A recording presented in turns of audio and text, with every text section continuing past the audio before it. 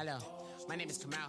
I am from the clouds. I'm a human now, but I used to be a raindrop. Word up, I'm really good at putting words up. I make them levitate and circle with the birds. I don't need to force it, I let it occur. Whatever occurs, thank you. Feel like I was touched by an angel. Once again, a whole nother angle. I got a lot of holes in my ankle. I got a lot of love and a whole lot of ignorance, and that's a good thing if you want to relate.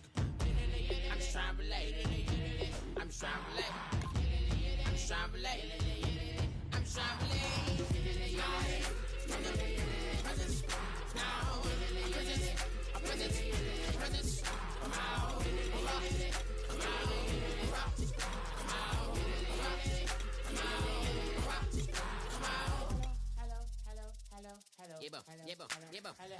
It's come out like a power with an M.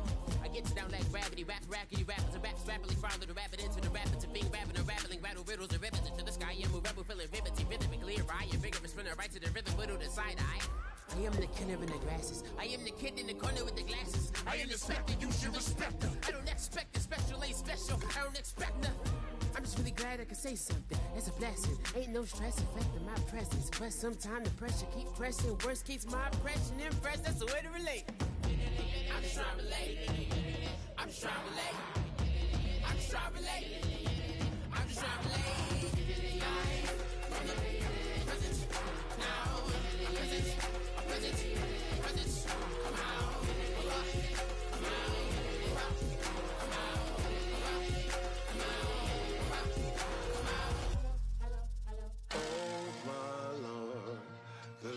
Going down and the weekend's here.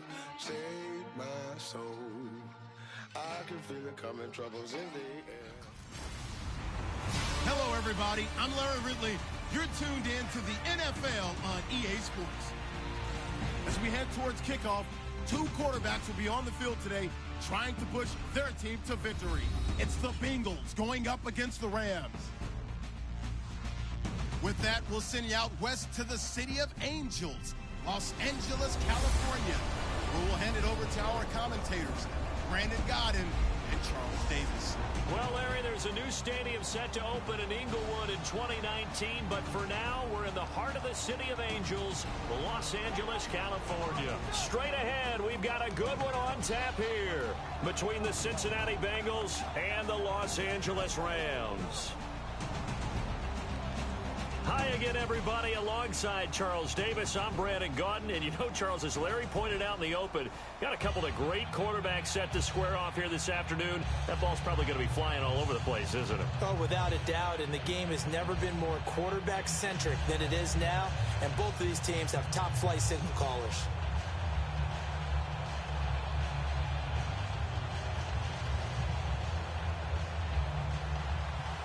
Greg Zuerlein now. He'll handle the honors to get us started. And we are underway here in Los Angeles. This is fielded a couple yards deep. And he's up past the 20 to the 22-yard line.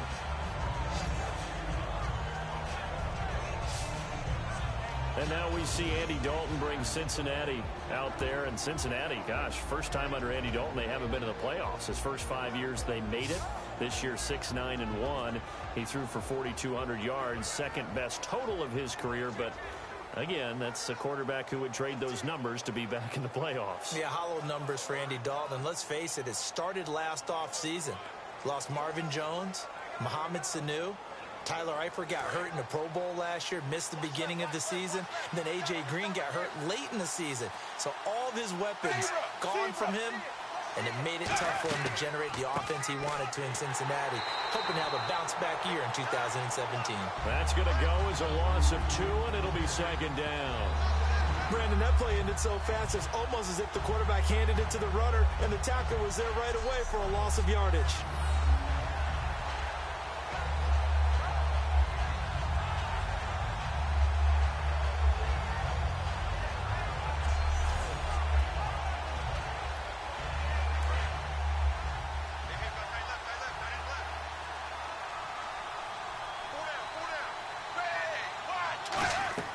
Second down, Dalton.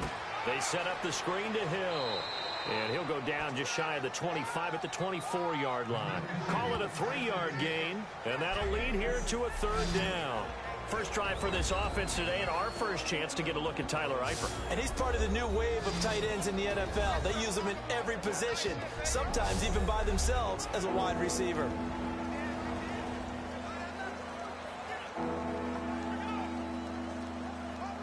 An early tough test on the opening drive. This is 3rd and 8.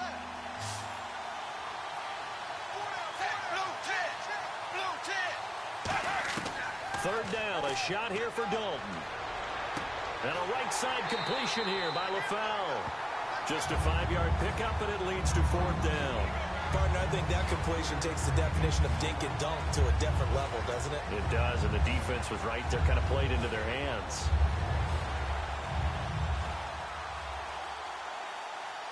So on 4th down, on comes the left-footed punter, Kevin Huber, to punt it away. Deep for the Rams, Tavon Austin.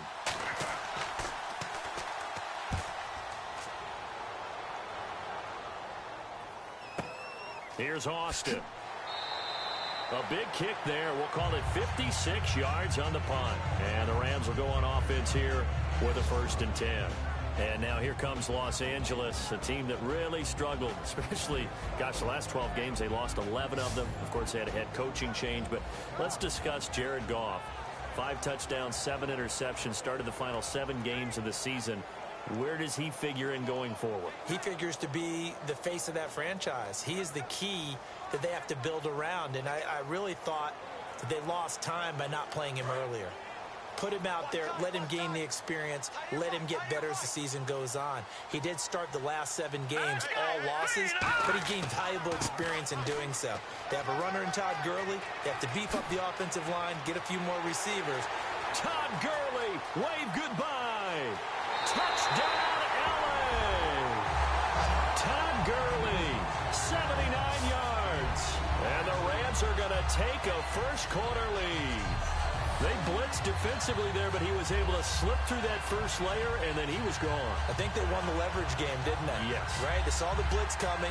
That got to him a little bit, but they leveraged it perfectly and found not just a crease, a gigantic hole. And off he goes, and he's still going all the way to the end zone.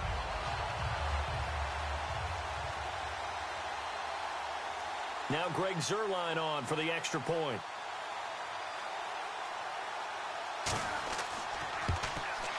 It's up, it's good, and the Rams take a 7-0 lead.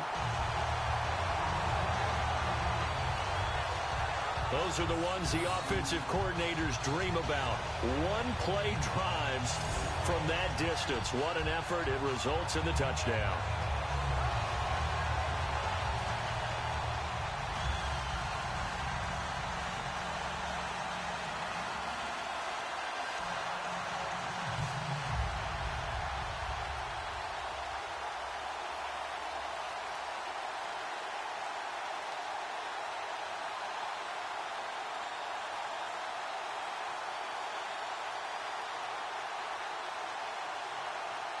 Now after the touchdown, it's Zuerlein. He'll kick it away. This is fielded a couple yards deep. And he'll take this up past the 20 and down at the 22-yard line. And the Rams defense, they make their way back out there now. They were able to force the 3-and-out last time, led to the punt, and then led to a touchdown for their crew. So they'll be looking for a little bit more of that, Charles. Well, I think that they created the spark with the 3-and-out. Gave a little momentum to their offense who say, all right, appreciate it, guys. And they took the ball downfield and stuck it in the end zone. And that defense wasn't out there long. They'll be trying to keep it short here.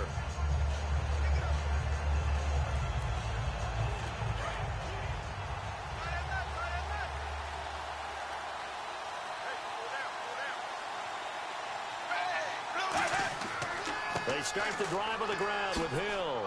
And he'll get about 3 as he takes this up near the 25. The tackle by Robert Quinn. The defense here for the Rams. Mark Barron entered the league as a safety, but really plays much more like a linebacker. One thing we always notice at the end of every game, his stat sheet is full.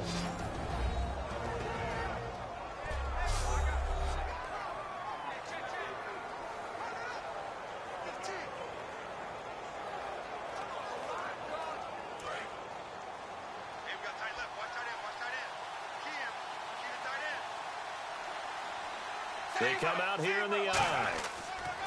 Again, it's Hill. And he'll wind up with about 6, up past the 30 to the 31.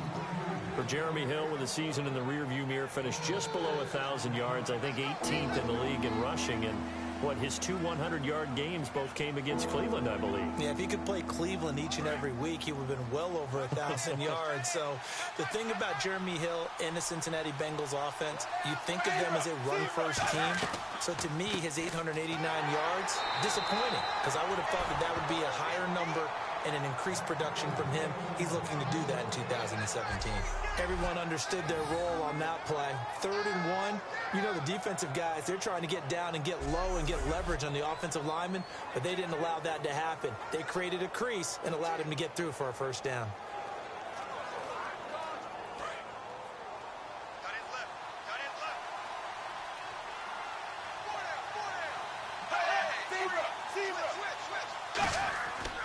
Now a first down carry. It's Hill. And he's going to be met at the line of scrimmage and taken down. No gain on the play there. 2nd down. Crashing in from the end there, not to disrupt the pass game, but to disrupt the run game. Yeah, I love the distinction, too, because the good defensive ends, they can do it all. Set the edge in the run game, make sure that no one can move it that way, and, of course, rush the passer. On that play, use his speed to get there in the run game. And now to the air. Dalton on the screen. Bernard. Give him 3 on the screen. He couldn't break free, and it's 3rd down. In order for a screen pass to break big, a lot of things have to come together and be well executed. But all it takes is one small thing to go wrong and keep it from being a big gain.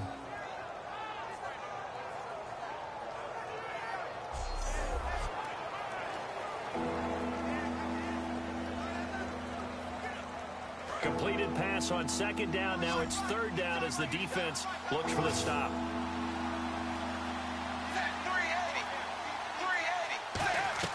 Third down from the gun. Dalton. And Eifert has it. 15 yards through the air and a first down. And he's the epitome of what we call the move tight end. A guy that you can line up anywhere. In the slot, out wide, in tight. Doesn't really matter because he has such great skills. You want to utilize him in all aspects of your passing offense. And there he was in the slot for the catch.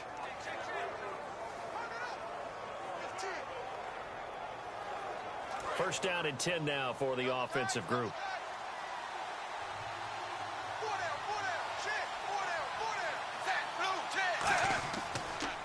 Now a first carry from Giovanni Bernard. It'll be a pickup of 10 yards. And that'll make it 2nd and a foot or so. That was a good, strong run there. And while it won't pick up a first down, it was definitely something needed by that offense. A positive run. They got a good push by their guys up front. Maybe something they can build on as this game continues.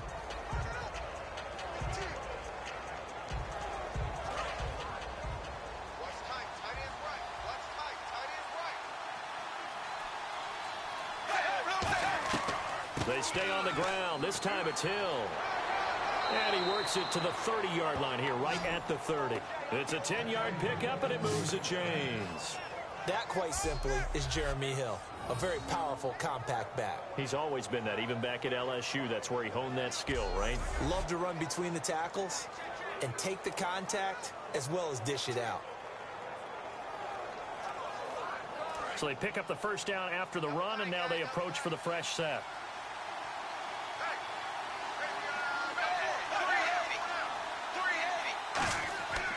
They stick on the ground on first down with Hill. And he's got room.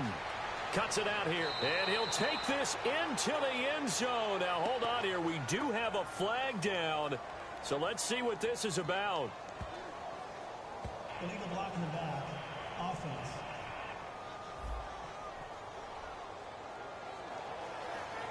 Still first down.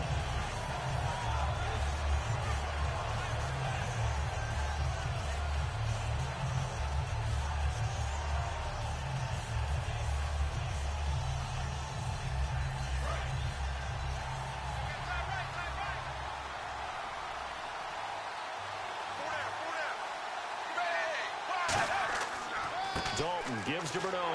And he'll get a couple here down to the 22.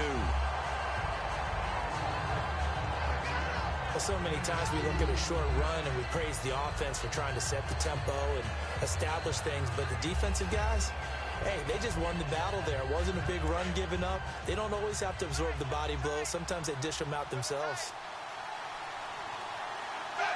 Offensive line wasn't set. There's the flag, and 5 yards back they go. Quarterback has to look around and make sure that his team is ready to go. Sometimes the quarterbacks go faster than is necessary. Still second down.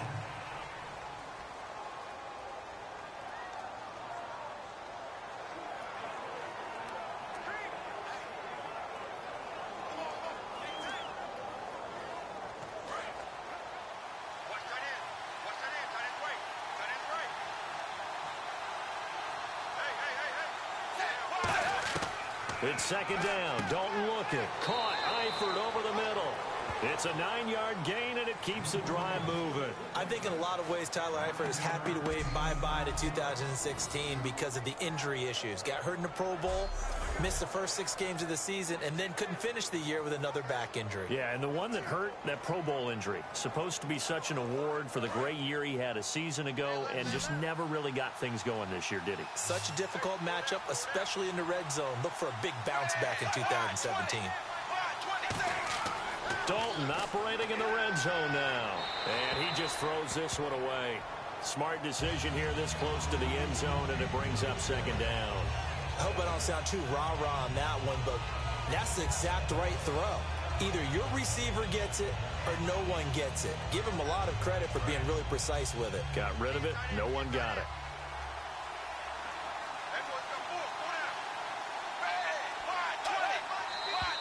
Now whistles and a flag, and I believe a Bengal got going a little early there. False start, offense.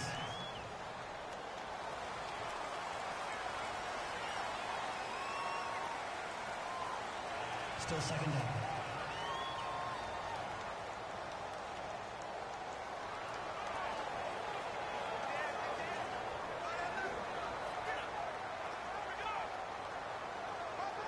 Long drive. The defense just cannot seem to catch a break and get off the field.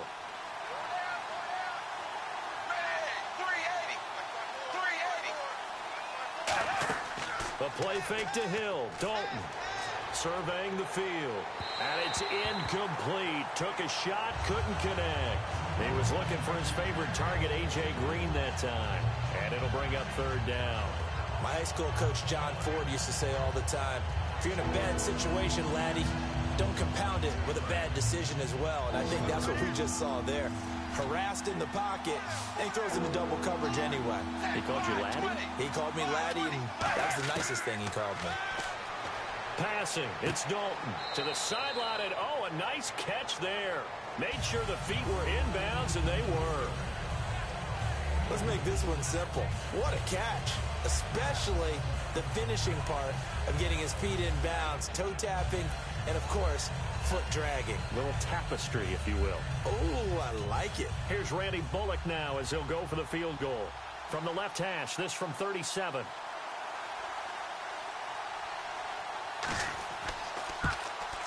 And Bullock will put this one through. And they are on the board, but still trailing. It's 7-3. So they get the field goal, but part of that was a 14-play drive to get the 3. Normally, when you hold the ball that long, run that many plays, you end up in the end zone. There's a breakdown on the defense. Something happens. In this case, that didn't. But really good ball control by the offense. They're hoping that they can wear them down if they keep having drives like that.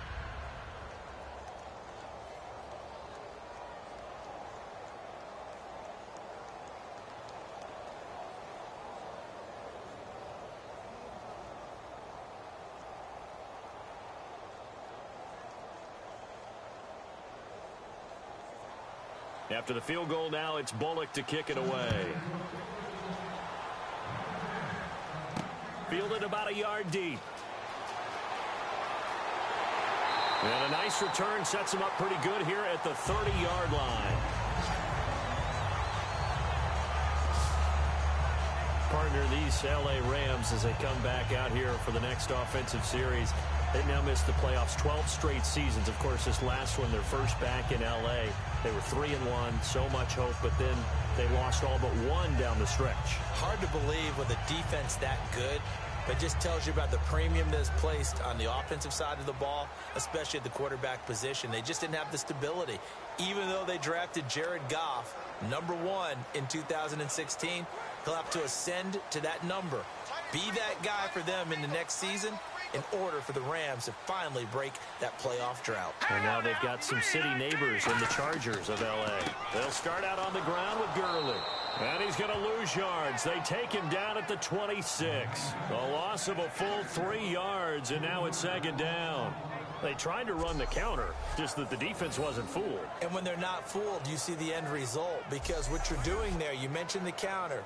You're using your offensive linemen sometimes to pull or move to influence the defensive front to go in that direction and create the space back in the other side and block it appropriately. But you're exactly right. Didn't move him, sat there waiting for him and made the play. Now it's Gurley.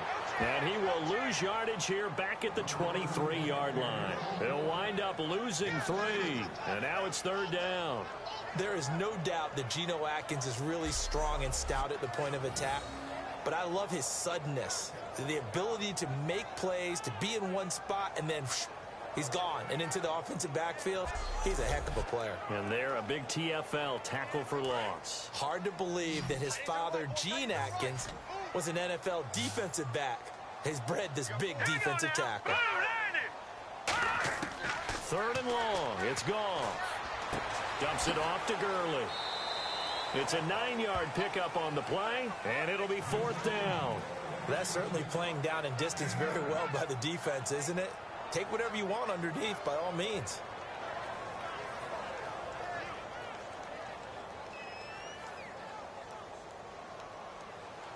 So the Rams call on Johnny Hecker here to punt it away on 4th down. Back deep for the Bengals, Adam Jones.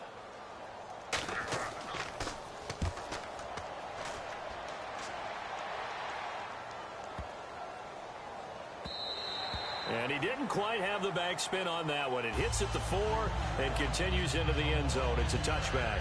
Cincinnati now ready to take the field. And they had a long drive last time, but they had to settle for a field goal, and I'm sure that's how it felt to them, settling. They probably should have gotten in the end zone. Yeah, not out-and-out joy, right? Because that's what you get when you put the ball in the end zone. But there are benefits to that type of a long drive. Your defense gets a chance to take a break, adjust a little bit, maybe get themselves ready to get back out on the field and play a little bit better. So they'll take the benefit even though they wanted the 6 points. Yeah, maybe wore down the other defense. We'll see.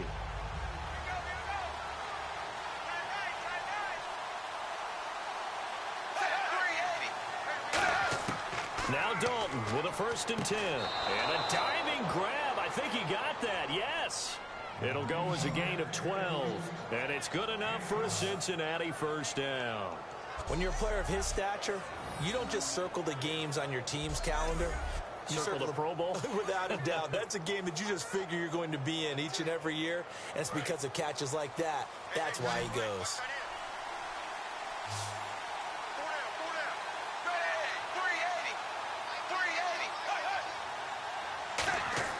On 1st and 10, here's Andy Dalton. And over the middle, it's LaFell. And they get him down, but not before he takes it across the 40-yard line. I think that's a big pickup for a 1st down because when you run a drag route against zone, you're sometimes asking for trouble because you might run into a defender. Yeah, well, there they ran into a 1st down, executed it to perfection. So here we go, 1st and 10 now.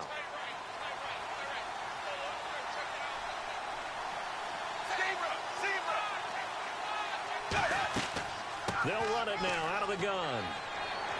And able to work about 5 yards out of this as he's taken down up near the 47. The tackle that time by William Hayes. And that's exactly what you want on a 1st down run. Pick up 5 yards, bring up 2nd and 5. The defensive line, though, they've got to figure out a way to out-leverage the guys up front because the offensive line is winning at the point of attack. See if they stay on the ground for 2nd down.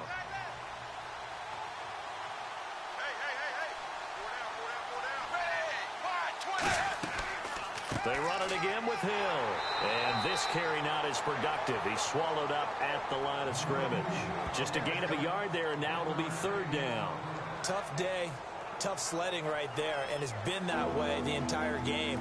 Not a whole lot of room to ramble for him. Yeah, you're right. It's been that way all afternoon. Didn't get a whole lot better there. An extra defensive back in the game now here for 3rd and 4. Here's Dalton. On the right side, caught by Green. And he's going to be out of bounds down to the 25. A good pickup there, 26 yards.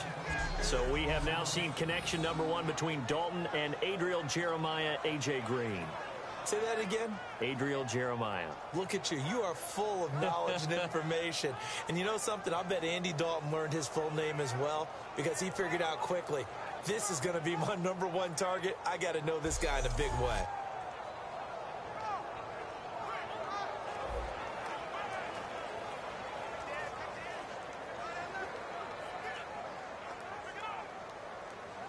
So after that big gain, let's see what else the offense has up its sleeve.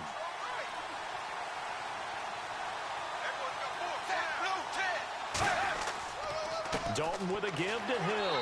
And give him about 3 as he gets it down to the 22-yard line. Michael Brocker's in on the stop. Not a run that you're going to write home about, but still a good first down run. That's what an offense calls staying on schedule. 3 to 4 yards on first down, you're set up very well for the rest of the drive.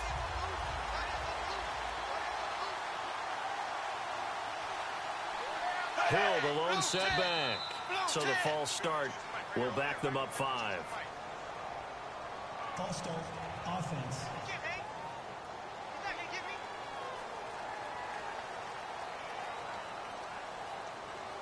Still 2nd down.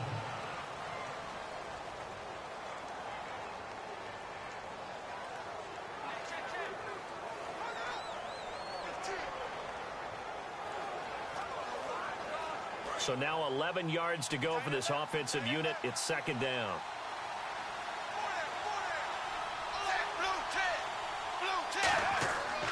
Following the penalty, it's Hill. Down right around the 25. 2 yards gets them back to where they started, but now 3rd and 10.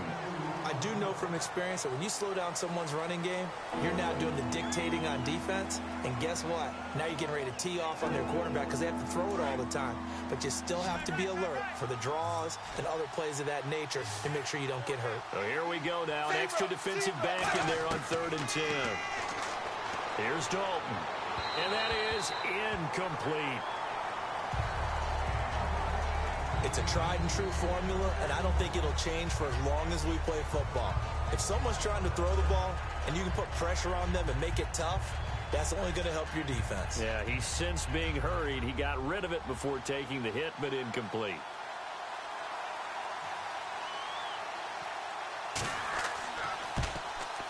And Beaukk will put this one through, and they'll get it back within a point at 7-6. So the scoring drive encompasses 9 plays, but the net gain, 3 points. And you're going to have drives like that in this league. Sometimes you just got to take the 3 and move on. Always better than nothing.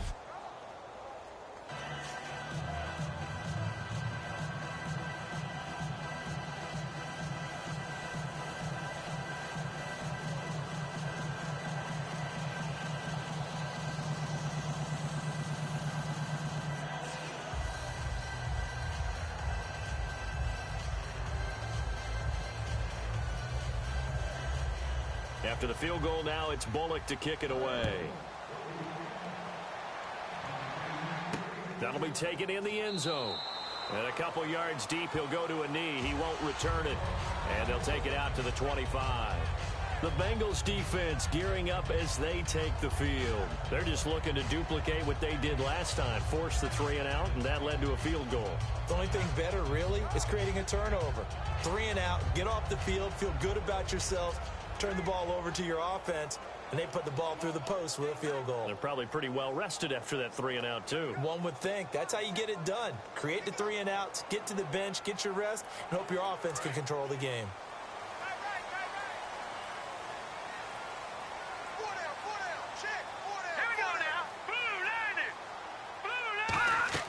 They'll try and start the drive with Gurley. And he is swallowed up right at the line of scrimmage. No gain on the play. It'll be 2nd down. And this offense certainly hoping that a veteran wide receiver in Britt can set the tone here in this one. And we've seen better maturity out of him as his career has gone on, but no lack of speed. He can still get deep and hurt a defense.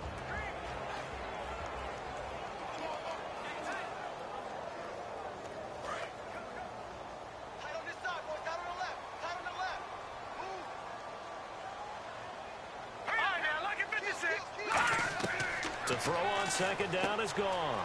That's complete to his tight end. This is Lance Kendricks. That catch good for 5. It's third down. And the Bengals starting defensive unit now. Geno Atkins is an absolute force as a defensive tackle. Forces every offense that he plays against to alter their game plan.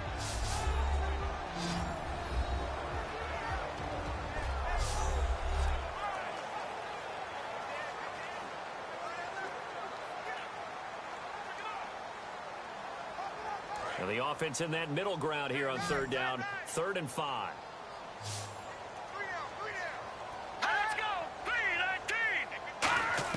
From the gun on third down, Goff. And this is going to be incomplete. The intended receiver, Tavon Austin.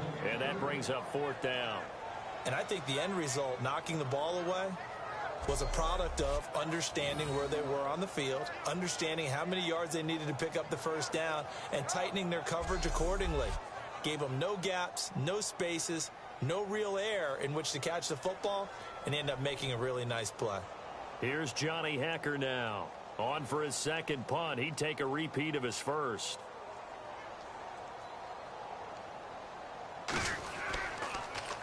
He gets this one away, and boy, it's another boomer.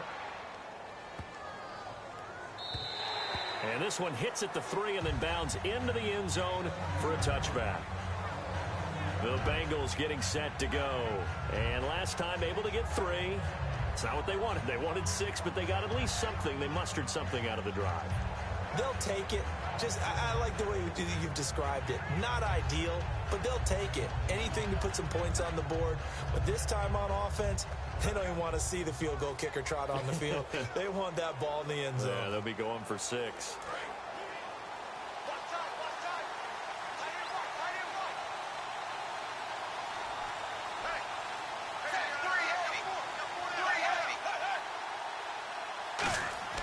Dalton, 1st and 10. And they will not get the connection there. It's incomplete. His big tight end, Tyler Eifert, the intended receiver. And it's 2nd down. There are a good number of coaches that any time they call an in route are really worried about the play because there's so much traffic ordinarily that the ball has to get through to get to the receiver. And on that play, it was batted down. 2nd down here after the incomplete pass.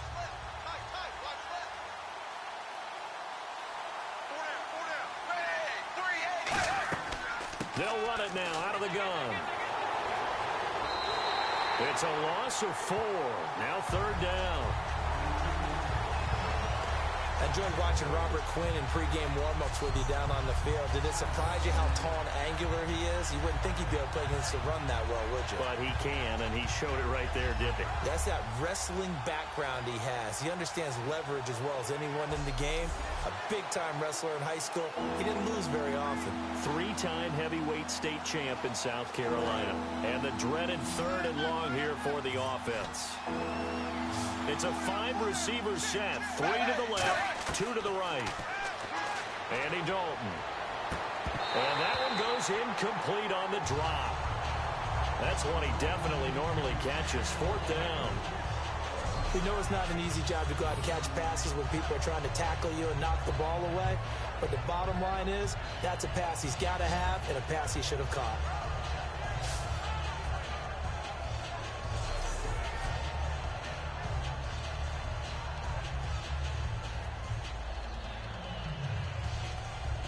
Here's Kevin Huber now, standing just outside his own goal line.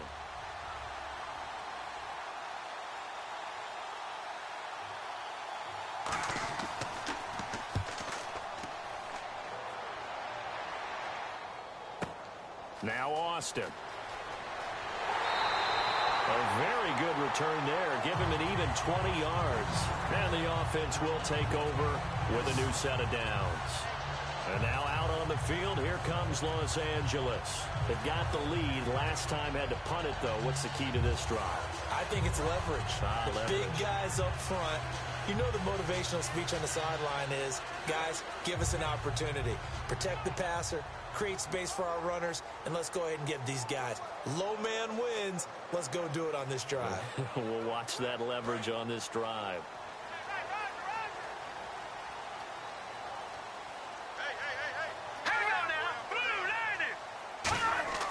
Now a play fake here on first down. Wide open receiver complete. And he'll be taken down, but not before getting this inside the 30. And after that completion, you can understand why so many teams in the league are emphasizing speed on defense at every position. The tight ends have created so many tough matchups now. If you can't run with a tight end as a linebacker, this is going to be the result every time.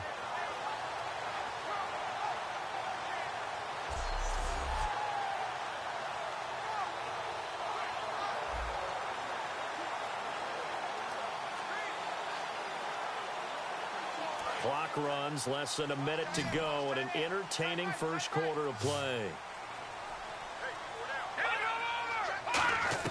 On 1st and 10, Goff. To the sideline, and a nice catch there. Made sure the feet were inbounds, and they were. Was that a receiver? Yeah, actually it was. It was a running back who was a receiver on the play. I think he's been spending time in the receiver drills getting his feet down. Well, those guys out of the backfield, they got to be good, agile with their feet. He showed the agility there with a toe tap. No doubt about it. It's like he'd went to ballet school. Got the toes down and stayed in bounds. A play fake to Gurley. Now Goff. Caught here left side by Brett. And down inside the 15 he goes. 13 yards down to the 13.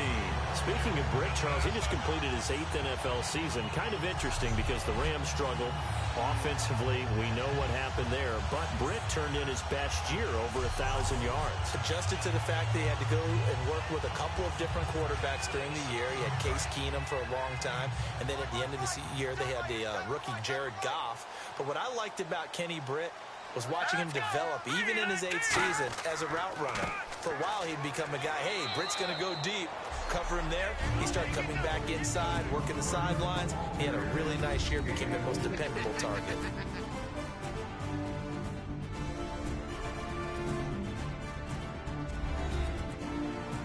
The NFL on EA Sports is brought to you by Head & Shoulders. Shoulders were made for greatness, not dandruff. Back live now to begin the second quarter with Charles Davis, Brandon Gaudin. It's the Rams with a football to get us going. They've got it 2nd and 6 to start things out.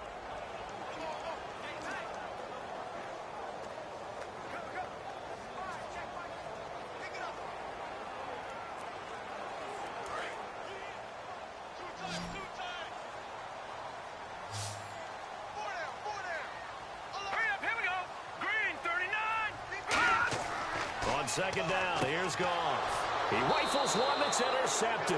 Picked off by the linebacker, Ray Malaluga. And a big turnover there as his guys will get the football back.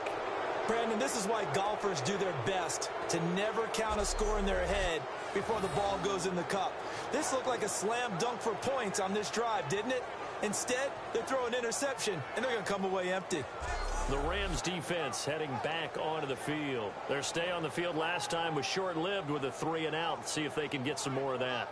And ordinarily, you want to be on the field playing, right? But 3-and-outs, that's almost gold to a defense. Get to the bench, get some rest, turn the ball over to your offense. We'll see what they can do here. See if they can force another 3-and-out.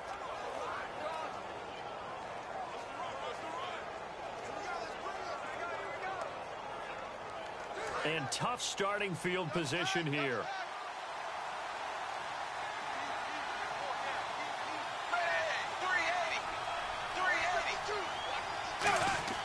They begin the drive with Hill. And he will take this up to about the 8-yard line. Give him 3 on first down. It'll set up a 2nd and 7. And that's frustrating for a defense because they've got them pinned down deep. And on the first play, they give up a run that keeps an offense on schedule. Yeah, because 3 to 4 yards, that's all you're looking for right there, right? That's absolutely perfect, really, as a play call. You get 3 to 4 yards on first down. That's what they talk about to us all the time, about being ahead of the chains or on target, ahead of schedule. They were after that run. And his throw is incomplete.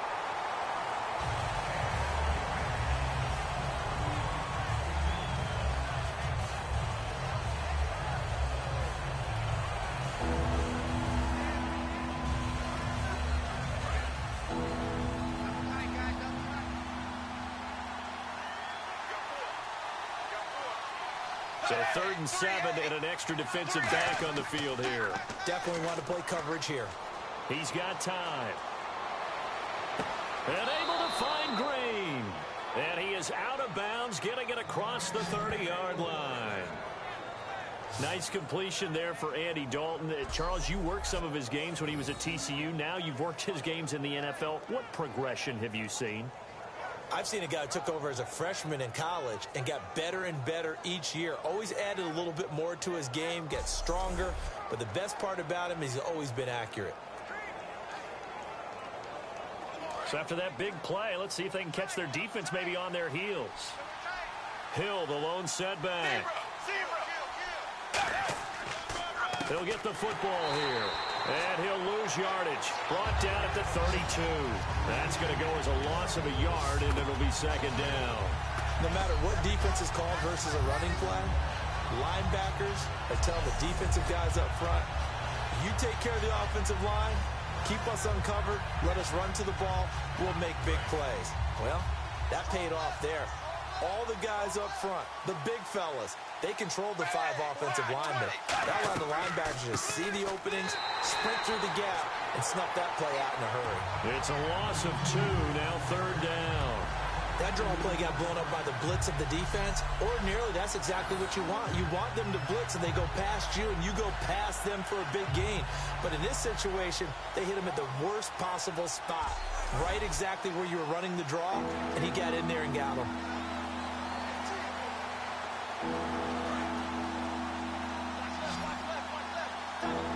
The Rams go nickel here defensively on 3rd.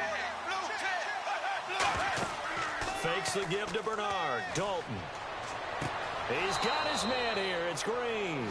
And that one good for 16 yards and a first. He's such a good route runner. Shows it there on 3rd down. Very proficient and a good pass. And you know what I've observed over the years in the NFL? The better a route runner you are, the more confidence your guy's going to have in you to go to you in important times because he can trust you being in the right spot, and they connected there and picked up a 1st down.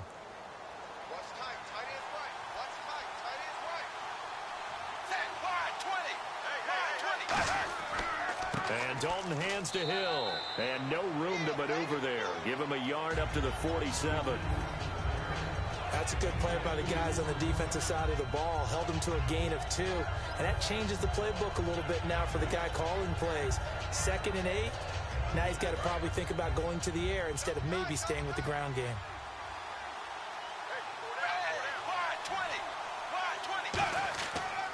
On 2nd down, Hill.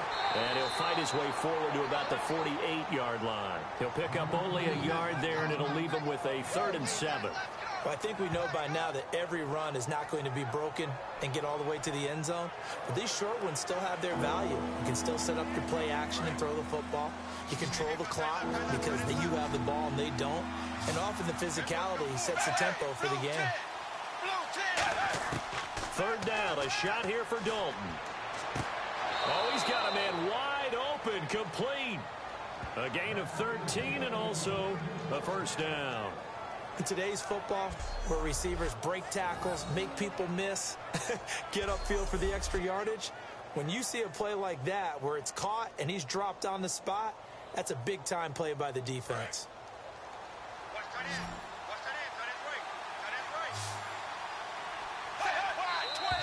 Now whistles and a flag, and I believe a Bengal got going a little early there. False start, offense.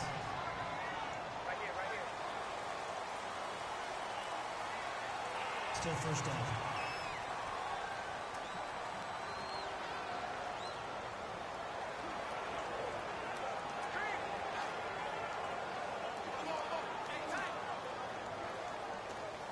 First and 15 here behind the chains.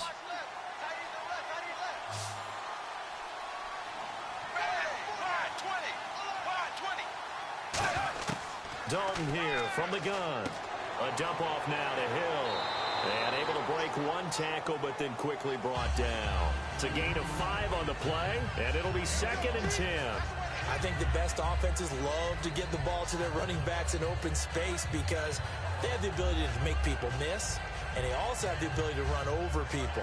And if you do that throughout the game, after a while, they might just run through some of those tackles and go a long way. Well, we saw him shed a nice tackle on that play. Dalton throwing on 2nd down. He's got time in the pocket. And no escaping this time as he'll go down. They got him for a sack. Ethan Westbrooks. He's the one that got to him. He takes him down for a loss of 9. They've been moving the ball well offensively, really getting into a groove. Last play, pass completion. Now, finally, the defense gets there. And you have to find a way to disrupt their rhythm. Do you do it with coverage or do you do it with pressure? They elected to go with pressure, and it was the right call.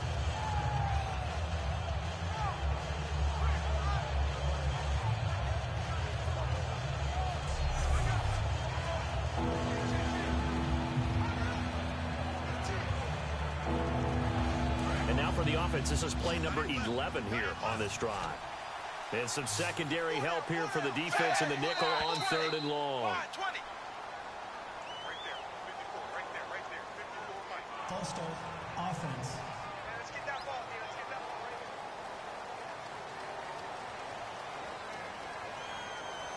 Still 3rd down.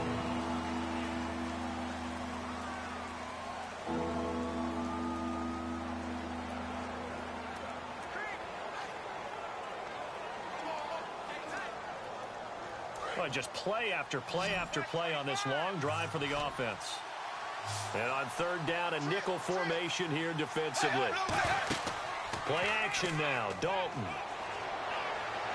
And he's able to take it across midfield before going out of bounds. They get 7 there, but it brings up 4th. If you're running out route, it's likely you're going to end up near the sideline. And what did we just see there? Toe tap. You got it. The benefits of practice. Toe tapping, foot dragging, picking it up, and making sure it was a catch.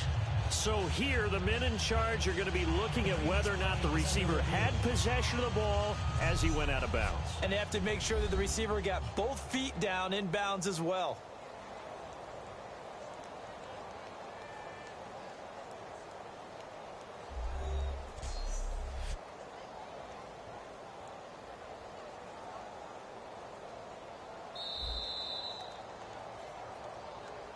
After review of the play, the wording on the field stands. Well, he challenged the play. It did not pay off. And that means he lost a timeout in that challenge. And as a coach, you hate that. Don't know if you took the advice of the player, you threw it yourself, but it didn't go your way. At the end of the day, it all comes back to the head coach. He has the final determination on whether to actually challenge the play or not. In this case, it didn't pay off for him. And that's got to be so heartbreaking. You throw that flag, you probably feel really confident, and then all of a sudden, boom, you lose the challenge. Yeah, when you take a look at it, you're throwing that flag because you believe you're going to be right. And when it comes back the other way, you have to regroup.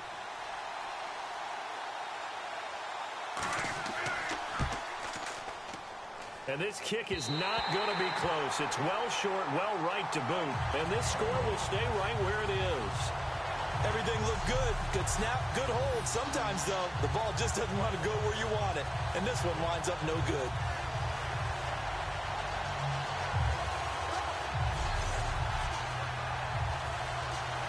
The Bengals defense getting ready to go again.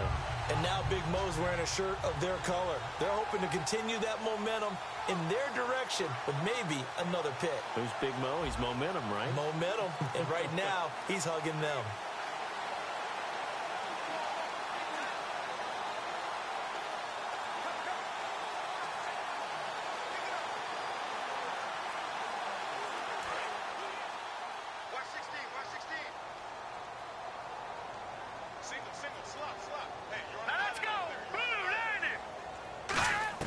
They go back to the air here after after the INT.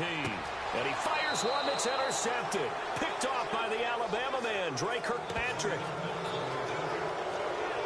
Maybe he telegraphed it a little bit right there. You've got a cornerback knowing that he's going against a rookie quarterback.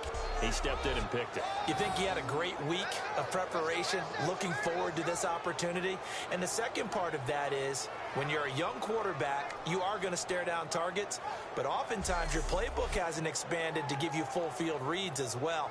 Makes it a little bit tougher for him. Here's A.J. Green as he gets set to go again on offense. And we see his collection of highlights. He's always so tough to cover. He really is, and there are plenty of reasons why. Runs great routes, has an understanding of what defenses want to do against him, and really has a great determination to go up and get the football. He decides it's his and no one else's. And he's decided that a lot so far in this game.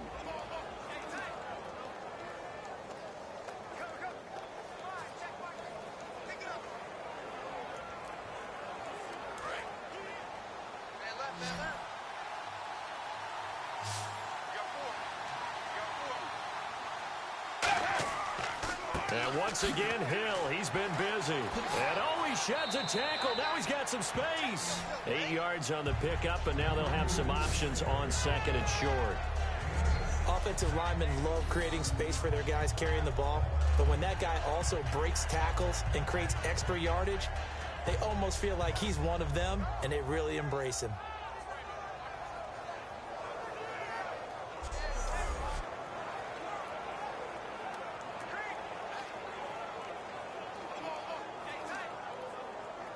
And some options here for the offense on second and 2.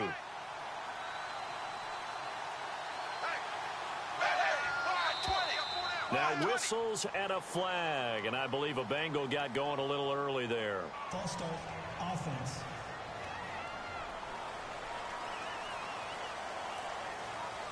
Still second down.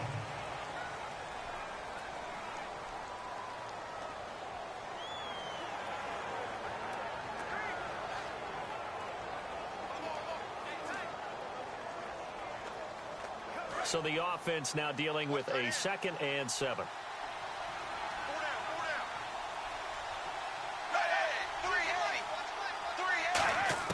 Second down, Dalton to the sideline, and oh, a nice catch there. Made sure the feet were inbounds, and they were. I do have to admit, I like it when it all comes together. When the top part, catching the football, right, whether you're catching it with your hands or cradling it, comes together with the legs, in this case the feet, doing a little toe tap to stay in bounds and complete the catch. And a great job by our crew on the camera shot. Love when you see the grass or the field turf, those rubber pellets flying up. Great catch. Underneath, this is Bernard. It goes as a gain of 9, and it moves the chains. It's a nice job hitting him on the angle route there. Come out of the backfield, cutting sharply across the middle. And that's good timing between the quarterback and his receiver. Effective third down play to move the chains. Offense comes to the line now, 1st and 10. Now here's a whistle as flags come in. And we'll check out the call. False start, offense.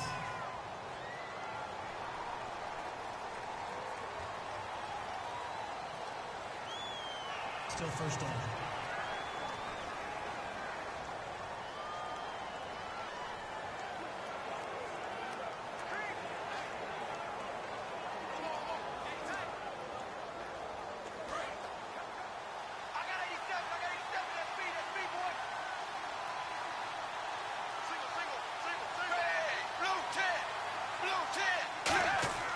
Now a play fake here on 1st down. Under a heavy rush, and down he goes. Michael Brockers forcing his way through there to drop him for a loss of a good 10 yards. Well, they go play fake. The problem is nobody was faked out. And when no one's faked out, what's the end result? Quarterback gets hit.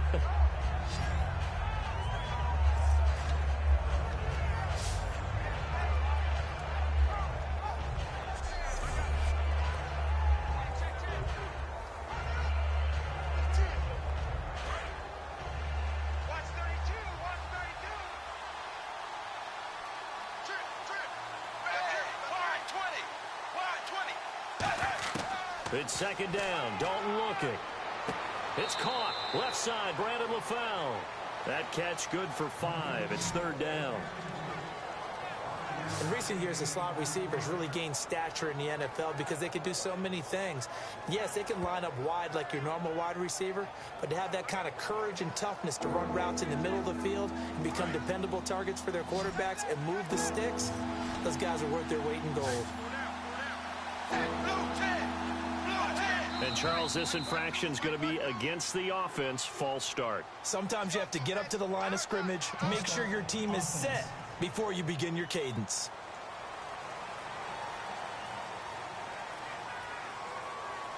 Still third down.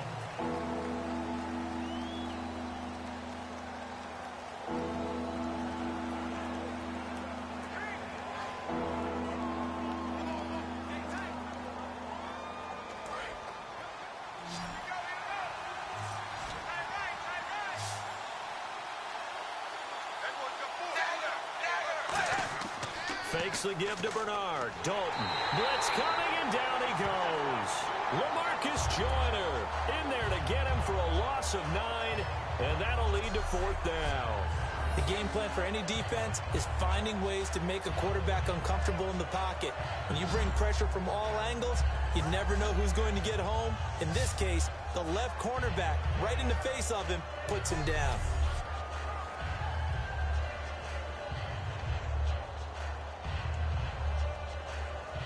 Here's Kevin Huber now as he's on to punt for Cincinnati.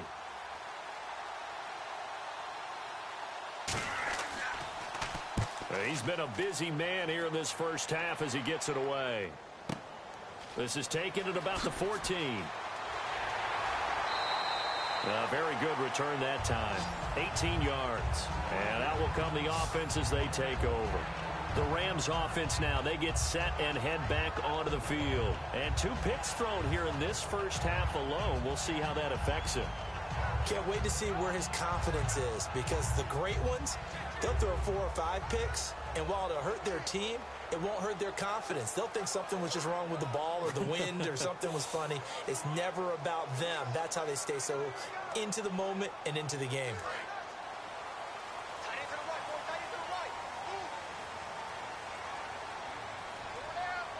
They come up in an offset eye. On first down, it's Gurley. And he'll be limited to a short gain up to about the 34-yard line. 2 yards on the pickup there. It'll be 2nd and 8. Well, they held him to a short gain on that one, and it almost felt like on that first run, they were trying to just throw the jab at him. So how do you stop a jab? Get closer and smother it, just as they did on that last play.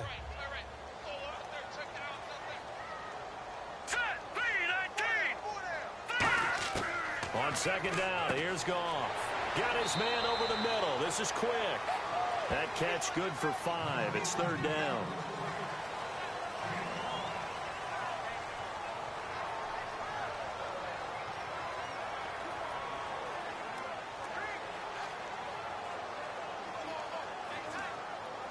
Offense coming up, needing 2 yards on third down.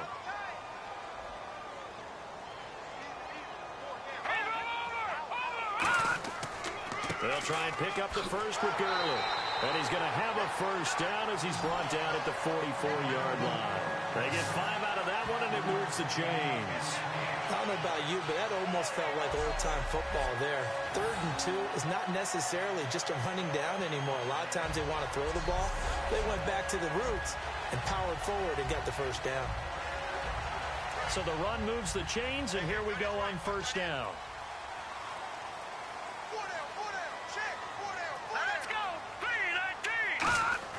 They go play action here on first down. Finding time.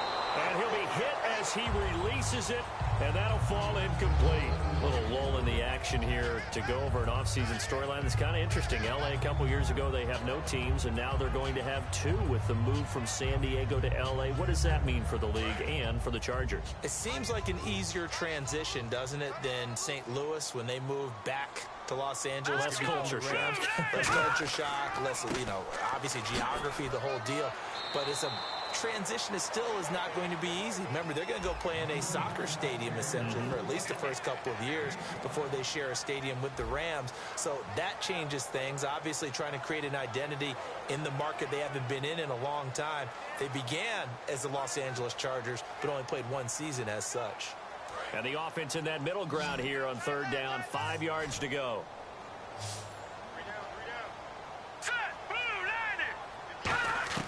From the 50, it's gone. And that is incomplete. Brian Quick, the intended target, and it's fourth down. I'm not sure we could spot any tendency here on this third down. They could have run it or passed it. Either one was available. They chose to try and get it through the air, but they were unsuccessful. Here's Johnny Hacker now. He'll boot it away from about his 35.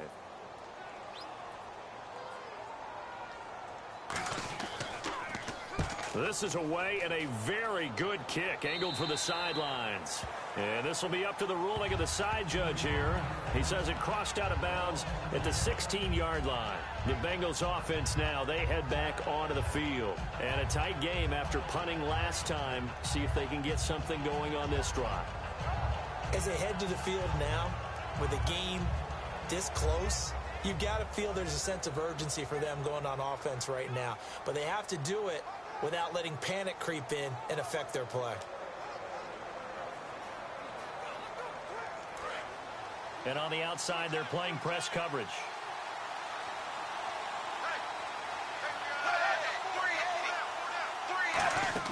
A first down throw coming for Dalton. Surveying the field.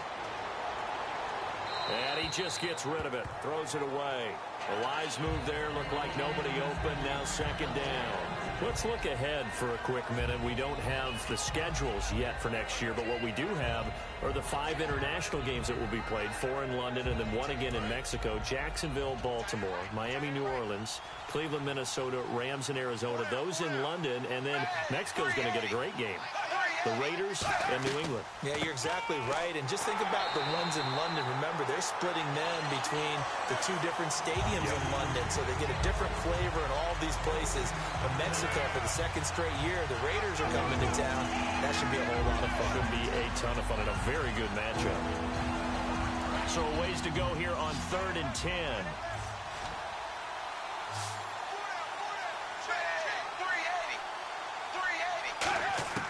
Third down, a shot here for Dalton.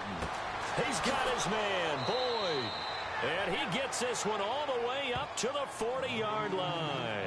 And just a small glimpse there as to why they like this rookie so much. And that's why they lit up a little bit in our meetings with the coaching staff, didn't they? Yeah, when we talked about him, they did. Yeah, you know, they like his work ethic. You know, this guy's running every route well in the route tree and getting better at it all the time, really honing his game.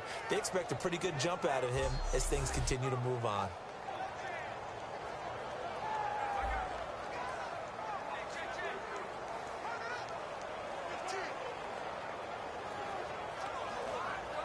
And now a first down following that long gain.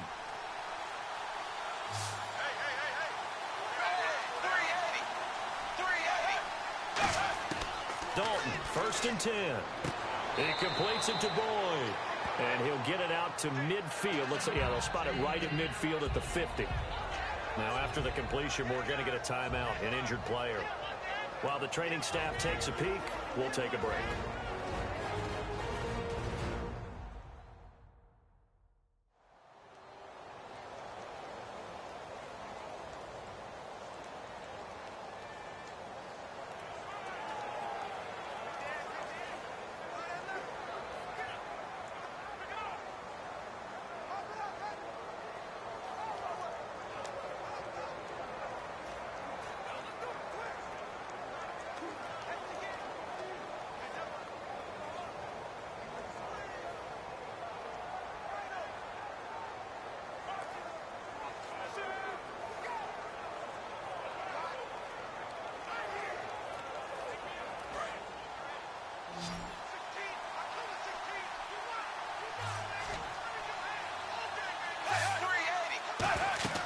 From midfield here, Dalton. Toward the center of the field, but it's incomplete. It's always tough for the guys throwing the football when they think they've got a completion and the ball's almost there, and then someone sneaks a hand or two in and bats it away.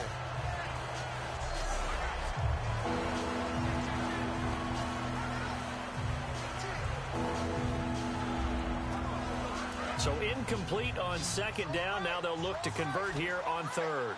They come up in an offset eye. They look to throw on third with Dalton. And this is going to be caught. No, they say it's incomplete. Third down, he tried to stay in bounds, did all he could. He caught it, but was led a little bit too far. Yeah, and that's always difficult, isn't it? Because you know half of your body is trying to stay behind while the other half is reaching out, trying to catch the football. The top half worked. It was the bottom half that was in question. He gets this away. It's a good one, drawing toward the sidelines. And this one will not be returnable as it sails out of bounds. And now out on the field, here comes Los Angeles. They're out in front. Last time they had to punt it away. We'll see if they can add to their lead now. They don't want to go out and punt it away again. This team now wants to get a cushion, put people away. They want to run their offense and have it end up in the end zone.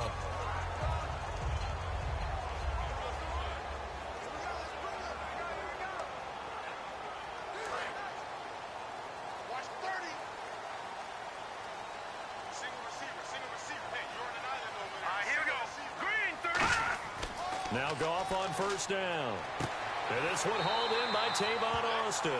It's a gain of 14 there. And that leads to a Los Angeles first down.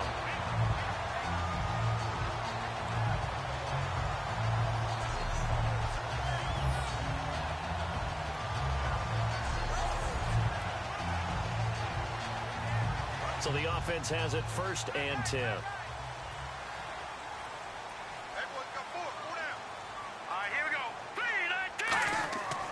Goff turns and gives to Gurley. And not much room to operate as he'll get this up only to about the 41. Just a yard on the first down carry, so it's 2nd and 9. A 1-yard gain could look like a disaster, but it all depends on how the game is going.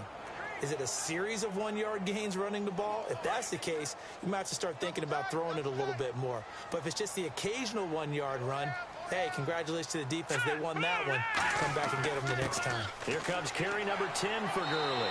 And he'll take this for about 4 up to the 46-yard line. Big Geno Atkins there to bring him down. Some of the most unselfish players on any football team, defensive tackles, because we ask them to just eat up blocks and allow other people to make tackles. But when he can make a play himself, as we just saw there, that's a big day. And a nickel look here for the Bengals as they try to defend this on third. Goff. And this is going to be incomplete.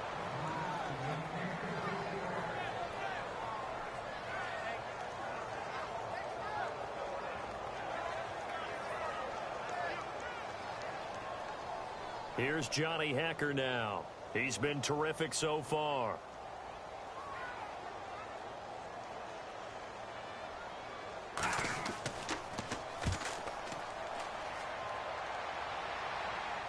Out of bounds and close. The question, was it a touchback? No. They'll say it crossed out at the 2-yard line.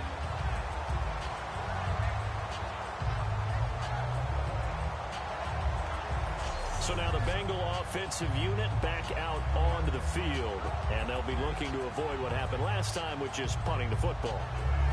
But when you look at how teams play the game, that complementary football comes into play. How do I take care of my defense? How do I take care of my offense? Well, the defense is taking care of them in a lot of ways. Now it's time for the offense to jump things up and help their defense out. Give them a little bit of rest. Yeah, time for them to give them a rest. Took the words right out of my mouth.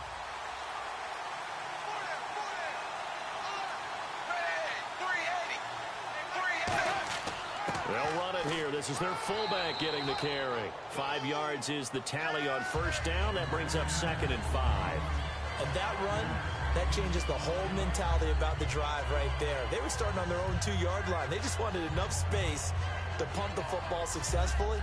Now they're talking about putting together a drive. And after the play on the ground, that brings up 2nd down here. Hill, the lone setback. He's going to get the football. Trying to run inside, but nothing there. It'll only be a gain of a yard, and it sets up a 3rd down and 4 now.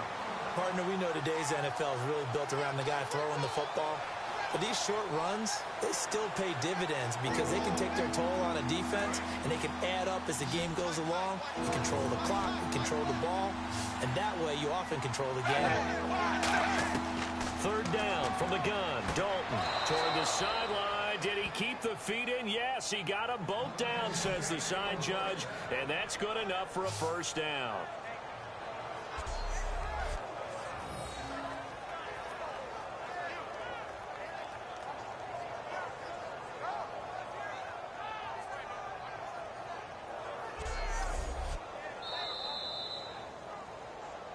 Two minutes to play here in the 1st half. We're back to the City of Angels after this timeout.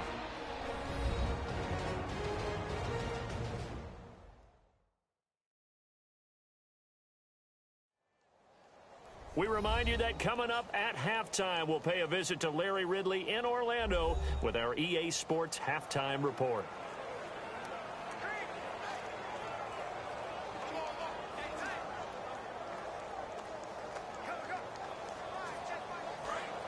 Looking to jam the receivers at the line here. Press coverage look defensively.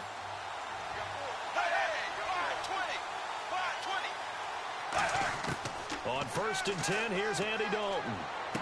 And over the middle, it's LaFell. And they'll take him down at the 31-yard line. That one good for 10 yards. And it'll be 2nd and very short. And quickly, they get to the line. 2nd down, Dalton. Firing quickly here, and that's complete. That one goes for 13 yards, and he moves the sticks.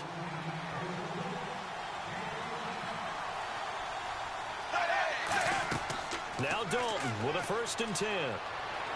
Throwing over the middle, but it's incomplete. Jeremy Hill was the one he was trying to hit there. Well, you mind if we go off topic for a second? You know I like to do that randomly. AFC playoff contenders for this year that didn't make it last season. Who do you have that might get in? Well, I think Cincinnati's got to be considered there. Maybe they'd have an offseason that's calm, and they go into this season and try and get back to the playoffs where they've been perennial. How about Denver? Yeah. Remember last year they didn't have the quarterback to start. Trevor Siemian played pretty well overall, but maybe they can get solidified there and ride that strong defense right back into the playoffs. I'm going to give you a couple a little bit off the pace. Indianapolis cannot afford to squander Andrew Luck, one of the better young quarterbacks in the game. They've got to get back to the playoffs. And Buffalo, brand new head coach, brand new people running the ball club. Let's see if they can figure it out, because I think defensively they can be awfully strong.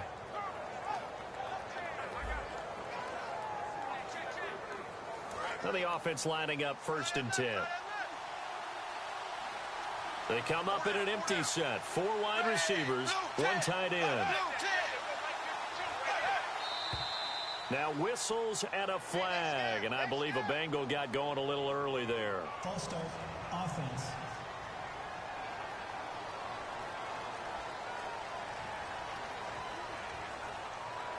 Still 1st down.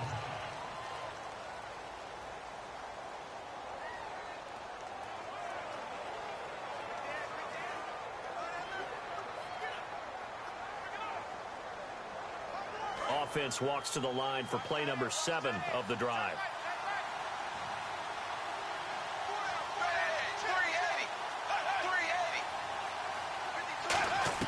And it'll be Dalton again. Caught Eifert over the middle. And he gets this one all the way down inside the 20-yard line. And with that completion, he's now north of 200 yards here in the 1st half. Boy, a tough start for the secondary defensively. It is, and it's got to put a dent in their confidence. And, you know, you always want to keep that up and feel like you can always bounce back after plays. But with the kind of numbers he's putting up here, it's starting to wear on them a little bit, I think. So they're looking at each other and trying to figure out what defense will work. Now hold everything here. We're going to get a timeout by the offense. It's just their first, so they'll have 2 remaining here before we get to halftime.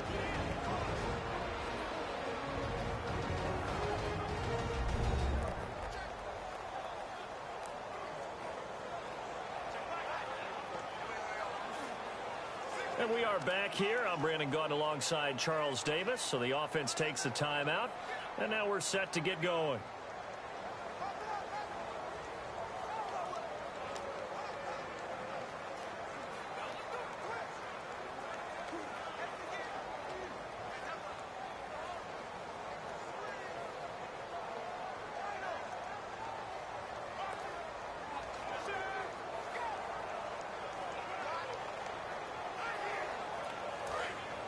Looks like the defense in press coverage here.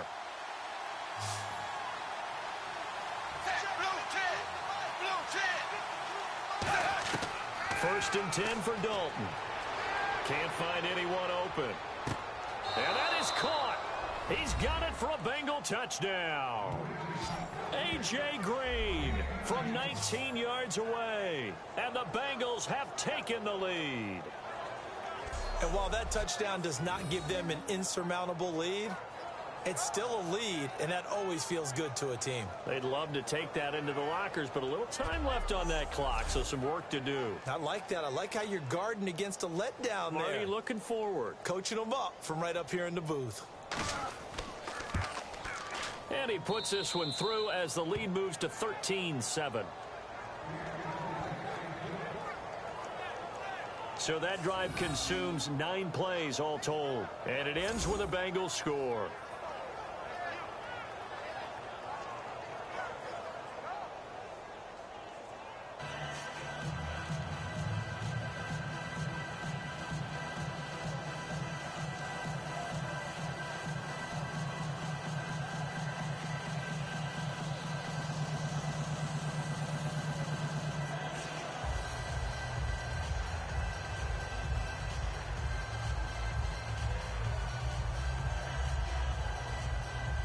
Now Beaukk will send this one away after the touchdown.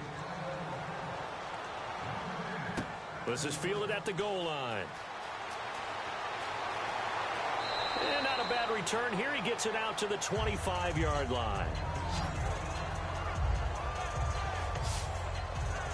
And now out on the field, here comes Los Angeles. And what do you think goes on here in this situation? If you got the football, you're trailing, you're back in your own territory with just a little time. Do you try something?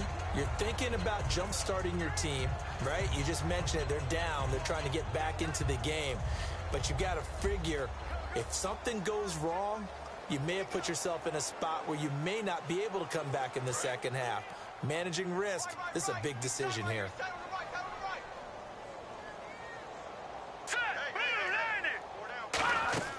Now Goff on first down. He's got time. And seeing no options, he just tosses this one away incomplete. Now that'll bring up second down. CD, wanted to get your thoughts just on the landscape of the offseason for each of these teams. Super Bowl in the rearview mirror, but so much going on. People look at the draft a lot, but there's a lot more that goes into the offseason for these front offices, is there not? It certainly is, and even before we get to the draft, you start with the combine, you know, that's held in Indianapolis every year, and you have about 350 of the top prospects coming together to get the physicals and interviews and on-field performance, and all that'll get evaluated along with their game tape. And then you've got the free agents, all right? That starts, I believe, in early March, where now the free agents can start moving around to different teams. So your team's starting to take a little bit of shape there, free agency, because then the draft's coming up. You're trying to put your team together with new draft picks, have everyone start to move in one direction. And then you have the OTAs and minicamps. We get to see them on the field for the first time. And we start to get a better idea of how these teams are going to look when the fall begins. And now the Bengals are going to call another timeout. So that means they're down to one remaining here as we head toward halftime.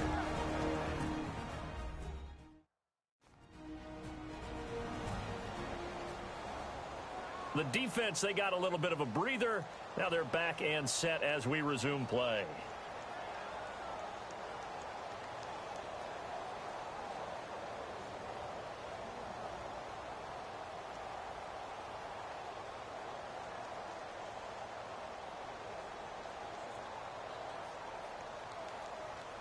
Here's Johnny Hacker now as he's on for the 5th time here today.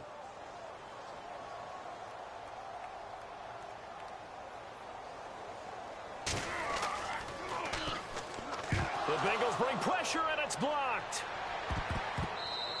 The But they will stop him before he gets to the marker, and they will take over after the block punt. So much for pinning him really deep. Short punt could have pinned him inside the 10.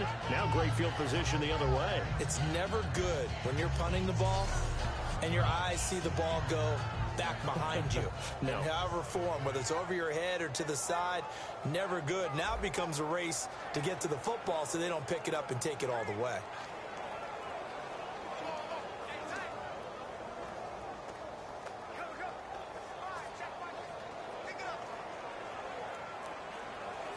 And a great spot to start this drive from here.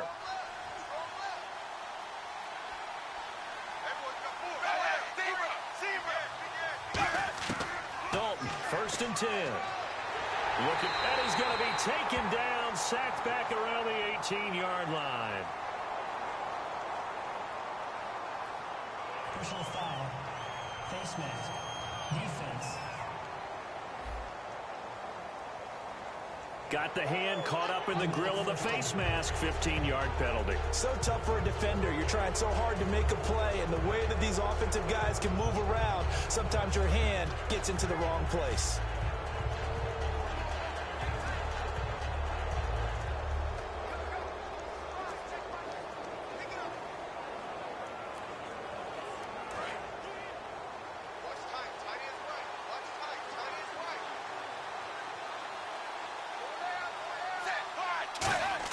From the gun, Dalton looks to throw.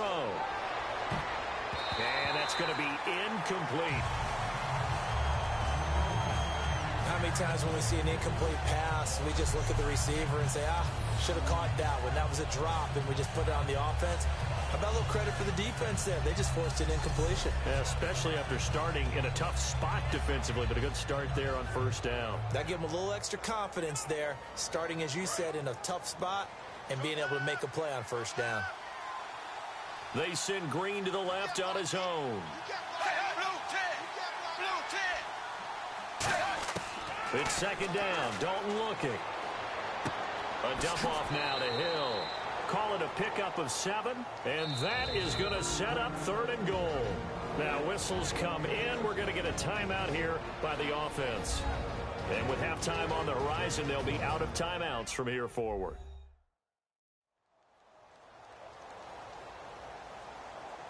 So the offense takes the timeout, and they are back out and ready to rock.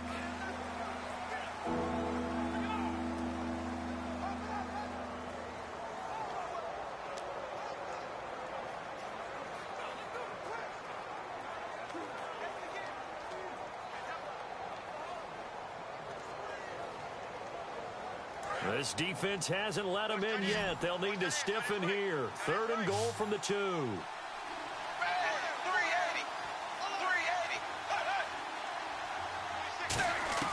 3rd and 2 for Dalton. And he'll take this into the end zone for a Bengal TD. Their dangerous wide receiver as the first half is winding down. And the Bengals are able to grow their lead.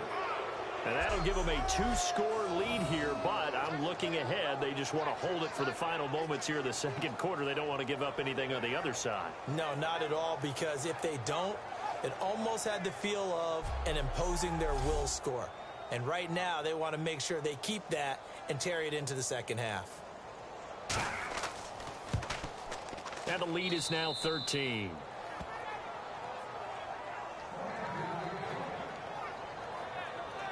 Scoring summary, 3-play drive, and it's finished off with a Cincinnati touchdown.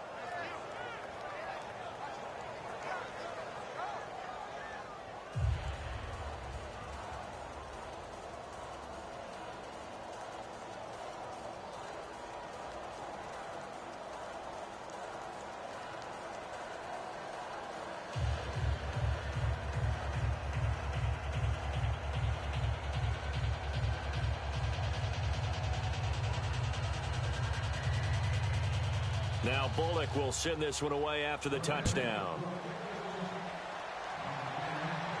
That'll be taken in the end zone. And not wanting to risk anything here late in the half, he'll just take a knee and they'll bring the football out to the 25.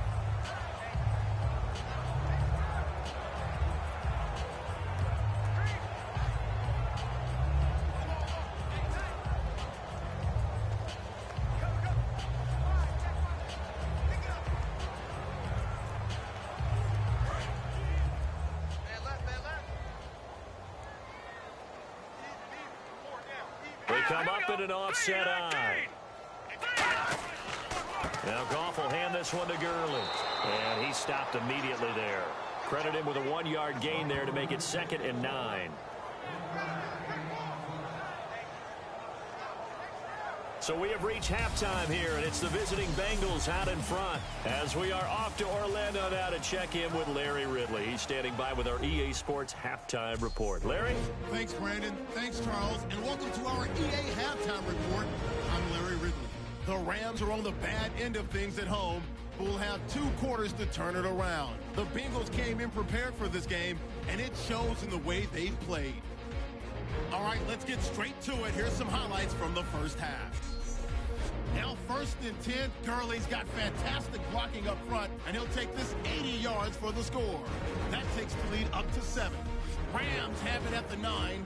Goff's under fire and will throw the pick. Kyle Lugason's happy to come away with the pick, ending the drive. Bengals have it at the 19. Dalton's completion is made out of the gun, and it's going to be caught for the touchdown. Bengals go up by 6. Bengals have it at the 2. Here we get a quick pass and completion, and after the short pass, he'll score, which takes the lead to 13. So that'll do it from here in Orlando. Let's get you back out west to Los Angeles as we rejoin Brandon Godden and Charles Davis.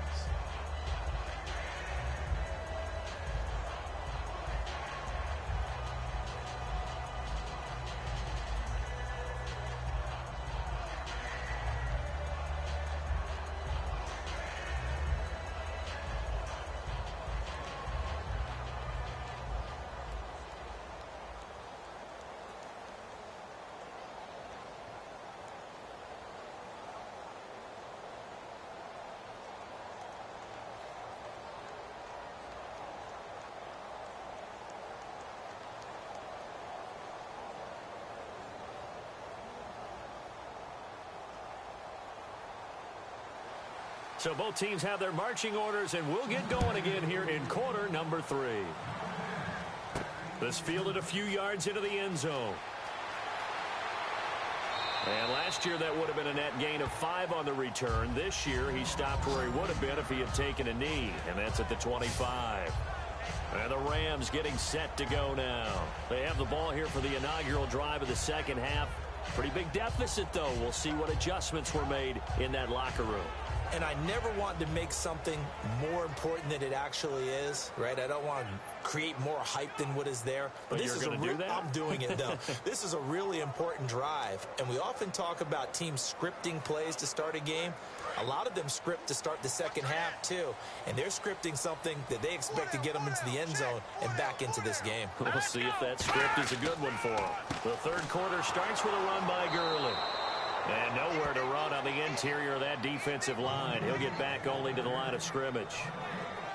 And while there was no gain on that run, we do know coaches whose identity is rooted in taking it almost to the limit and then changing things up on you down the stretch. I think we're getting really close to that point in time, though, where the identity may have to go out the window, and they've got to go a little bit faster in order to try and win the game. Here's Goff now on second down. On the right side, this is Austin with a catch. A nice pick up there, 10 yards, and it'll move the sticks. And a nice pitch and catch to pick up the reception against man coverage. Both of them read how much yardage they needed, figured what they had to do, and were able to beat the man coverage for the completion.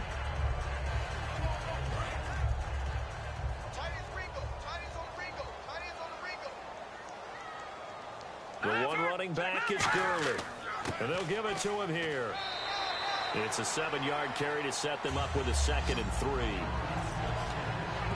Man, these guys may not win this ball game, but you certainly can't fault the effort of this man here today. He's been a real thorn in their sides all afternoon. And that last carry puts him over the 100-yard mark.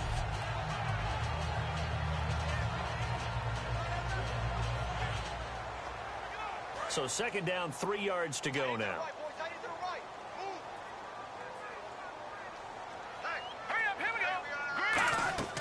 They'll stick to the ground game with Gurley. And for one of the few times here today, this run's not going to go anywhere. Call it no gain that time, as it's going to leave them with a 3rd and about 3 to go.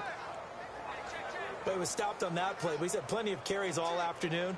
Every now and then the defense is going to win one, but I don't think they'll shy away from handing it to them the rest of the game. Well, they brought in an extra defensive back here, so probably not expecting a run on 3rd and 3. A good call. Goff. He finds Quick. And he has the first down yardage before they bring him down right at the 45. And Brandon, from our time in college football, where receivers weren't running the traditional NFL route tree, one thing they did learn, find open areas, find soft spots, and set up and catch the ball. And I think we just saw that there. Yeah, we saw that indeed, picking up the first. Fresh set of downs here.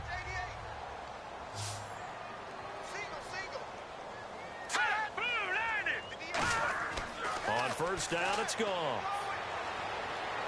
And his throw's going to be incomplete. He was looking to get it to Kenny Britt that time. And that'll bring up 2nd down.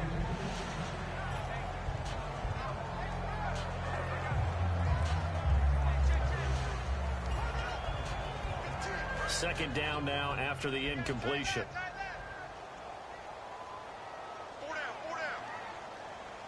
They come up in an offset eye.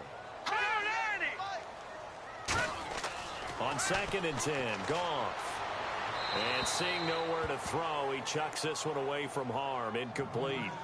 Now it's 3rd down. Let's face it, perfection is something we all chase, whether it's playing this game or whatever we do. Hard to attain, but that's what they were searching for as that pass goes incomplete. Here comes the 7th play now of this drive as this is 3rd and 10.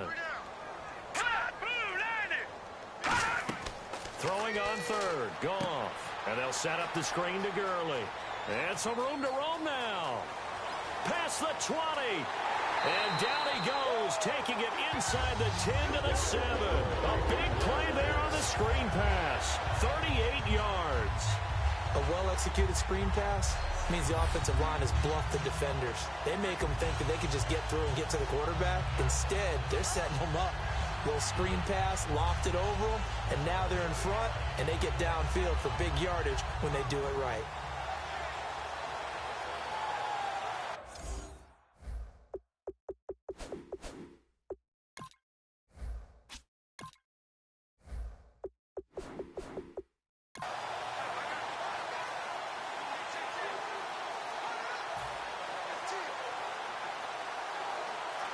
So after that big gain, let's see what else the offense has up its sleeve. Now let's go. 3-19. Throwing again is Goff. And this is caught. He's got it. Touchdown, L.A.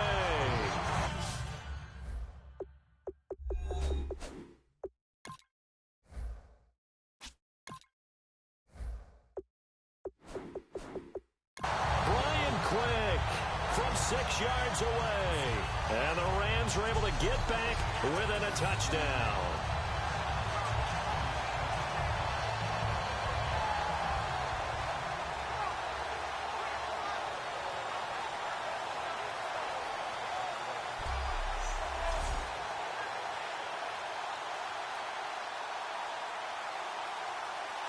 Zerline now for the PAT.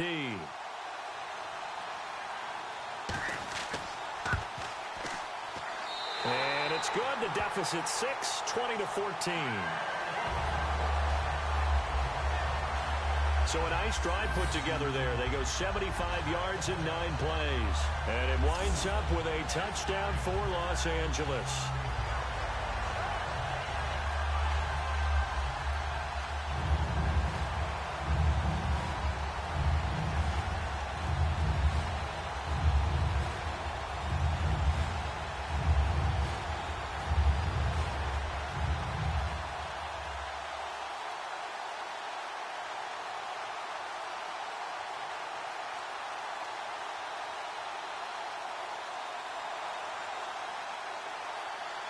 Now after the touchdown, it's Zerline. He'll kick it away.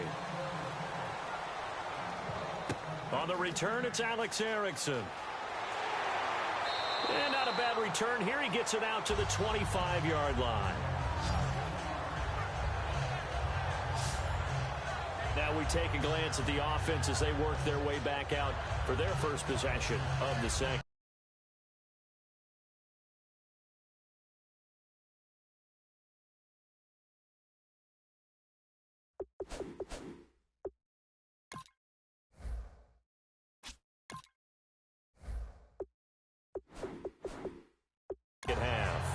And they will simply, Charles, be looking to duplicate what they did last drive when they were able to push it in for 6. And they hope it'll be that easy, right? To be able to take exactly what happened before, replicate it. They may have to make a few additional changes along the way because I'm sure the defense will make some adjustments, but they've got to have great confidence having scored the last time out. They'll try to get the offense going with Hill. And he is going to lose yardage here. A loss of a full 3 yards, and now it's 2nd down. I once had a defensive player in the NFL tell me, if I beat and dominate the guy across from me, I'm helping my team. But winning one-on-one battles is always a part of the game. But when you have good team defense, as we just saw there, one broken tackle, but he didn't get away because the rest of the guys arrived to put him on the ground.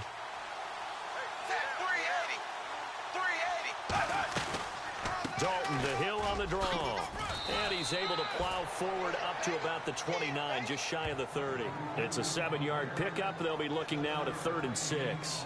On a 2nd and long, it's really nice to see an offense that has enough confidence to run the football in that situation. I think that goes back to their practice and game planning.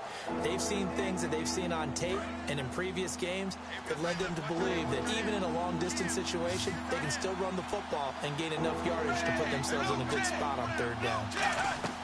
3rd down, a shot here for Dalton. On the screen, Bernard.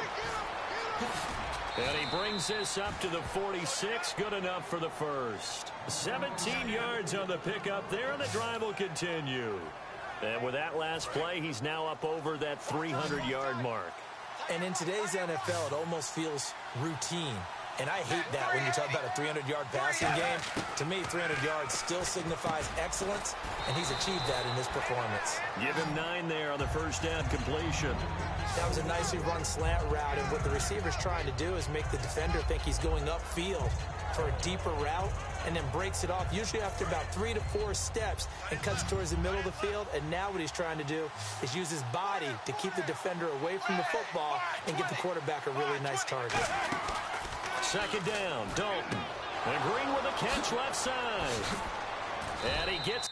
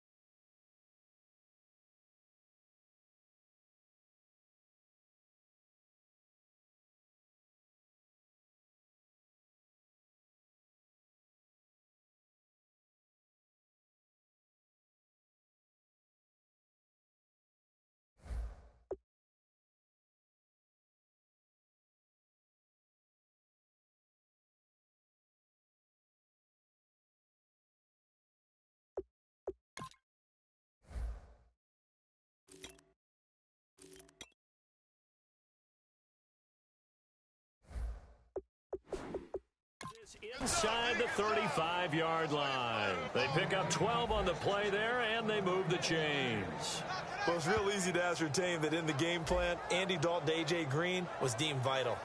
And it certainly was the focal point of the defense. They just had trouble with it. Most teams do. Well, that just tells you how good it is. These guys have grown together, you know, coming into the Bengals, getting together early, and continuing to get better. Doesn't matter what defense is put out there. They feel like they have an answer for it. Hill, the lone setback.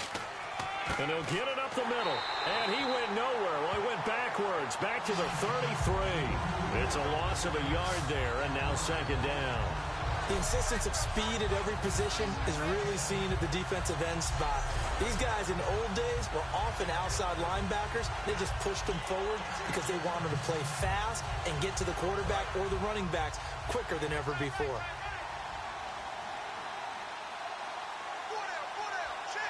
They come out here in the eye. Here's Dalton. To the left side here for Eifert. And all the way in for a Cincinnati score. Tyler Eifert, 33 yards. And the Bengals add on to their lead. Boy, it's nice to have that big, reliable target you can go to. Each and every time. A lot of people see that position as a fallback. Throw it to them when all else fails. Not at all. This guy can make plays, and that's exactly what he just did. Yeah, play here for a touchdown. And they will line up now for the two-point try.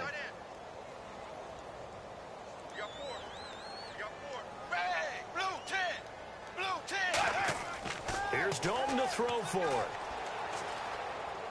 And he's got it. So the try for two successful. And that bumps their lead up even further. And, of course, on the two-point try, had the option to run or pass. They pass it there, and it works. Felt pretty straightforward, didn't it? An open receiver, ball's put on him, 2 points for them.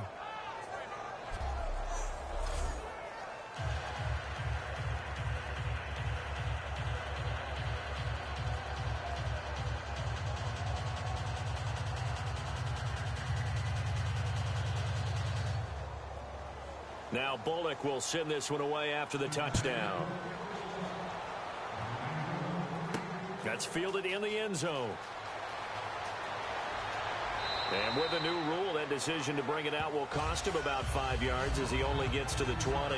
And our attention shifts to Todd Gurley. So after that hot start, the numbers here show the decline. What has the defense done adjustment-wise? Sometimes when you have a running back who's gotten off to a hot start, you've got to catch him before he really gets going. So you change what you do across the defensive front. Instead of the linebackers being back a few yards, you bring them up closer. It's what we call mugging the line of scrimmage, taking away a lot of blocking angles and gaps, and maybe stopping him before he can get going. Mugging the line of scrimmage, okay. Yeah, in this case.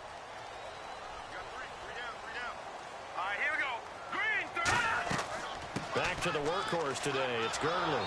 And for one of the few times here today, this run's not going to go anywhere.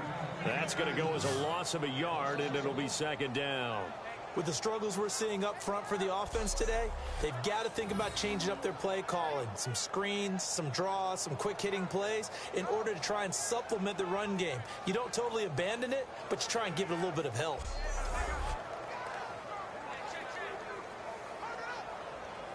And the offense behind the chains here a touch on 2nd and 11.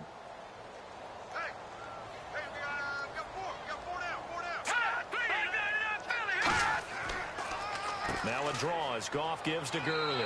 And he'll power his way up near the 25. He gets them a little over half of what they needed. Now they're looking at a 3rd and 5. You got to give kudos to your offensive line and the guy carrying the ball because they were in a 2nd and long situation. It seemed pretty dire, but they brought it back to 3rd and manageable with that run. So they run it on 2nd down. Now let's see what 3rd down brings here for the offense. From the gun on 3rd down, Goff. And incomplete. He had nowhere to throw, so he just tossed it away. But that brings up 4th. Partner, how many times have you heard it? Pressure creates diamonds, right? But it also bursts pipes. And on that one, that's what they got. They got after him, and he was fortunate just to get rid of it. Yeah, he just had to chuck it away. Here's Johnny Hekker now. Remember, though, he did have one blocked earlier.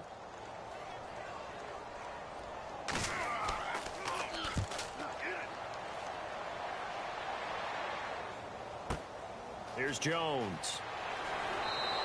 Give him 11 yards that time on the return. And the offense will come back onto the field for the 1st and 10.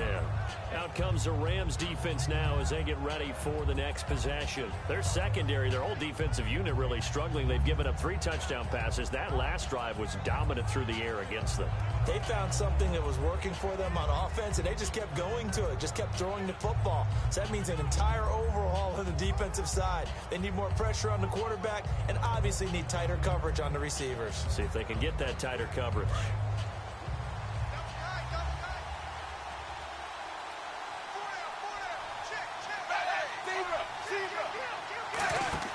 The first down throw coming for Dalton. And a right side completion here by LaFell. And he'll get it up near the 35, right at the 34 here. Give him 8 on the play, and it's a second down.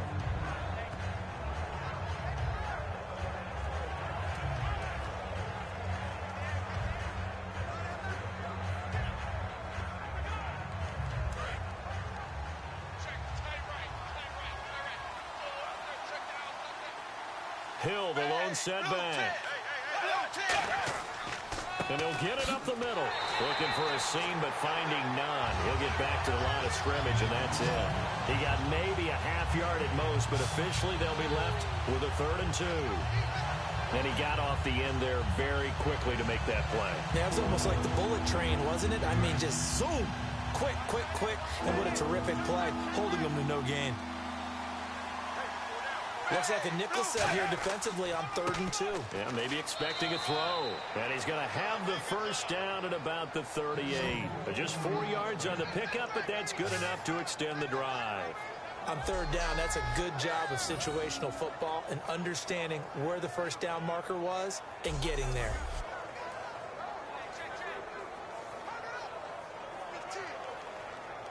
First down and 10 now for the offensive group.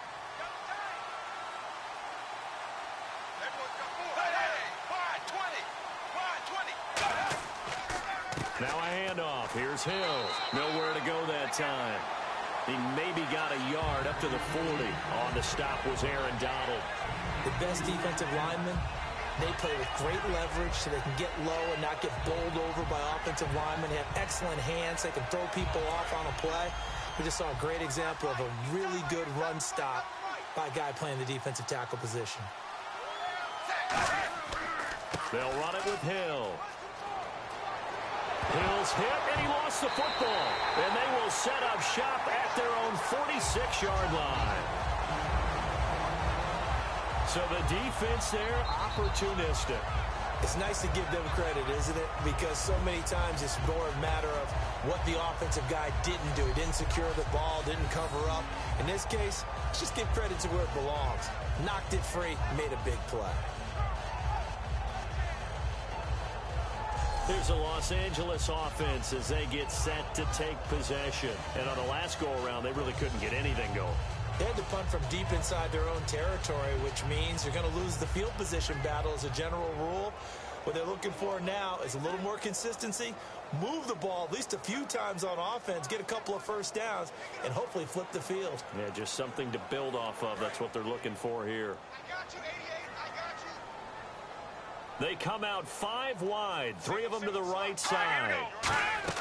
Following the fumble recovery, Goff. That's complete to his tight end. This is Lance Kendricks. A gain of 6 there on first. There's a completion to the tight end, and I think that we're looking at something out of central casting, frankly. Absolutely. I mean, size, the hands. Speed. I mean, can flat out run. You put that whole package together, you light up the eyes of an offensive coordinator, don't you? Second down now after the pass completion.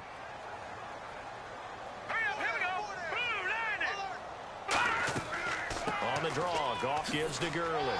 And this time he's able to take it down to the 42. And 5 yards on the play there. The drive will continue. So many teams want to throw the ball in this situation nowadays, but I love watching a team that has enough confidence to go ahead and run the football. In that situation, that's almost a tendency breaker. So here we go, 1st and 10 now.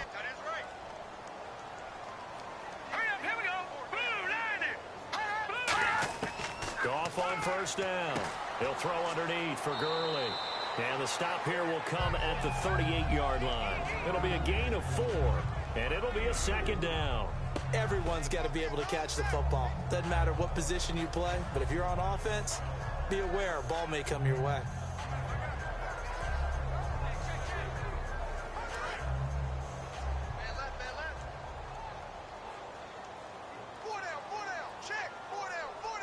They come out here in the eye.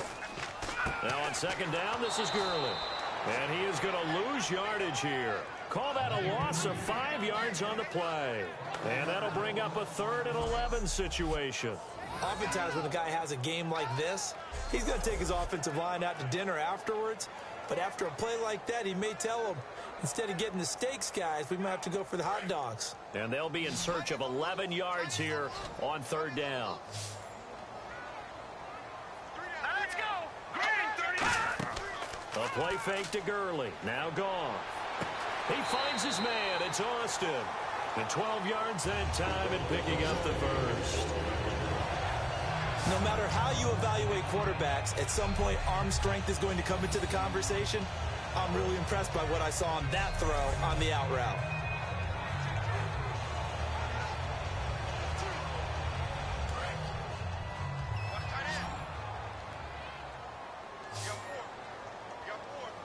All right, here we go. Green, 39. Green. On 1st and 10, Goff. He has Britt over the middle.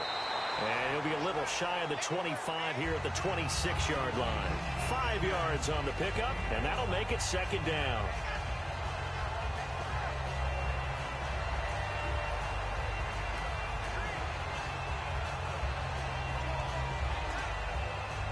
So they complete the pass, and now they face a second down. All right, here we go. To throw on second down is gone. Got his man over the middle. This is quick. So he got free of one tackle but couldn't do a whole lot else. That throw good for only a couple. It brings up third down.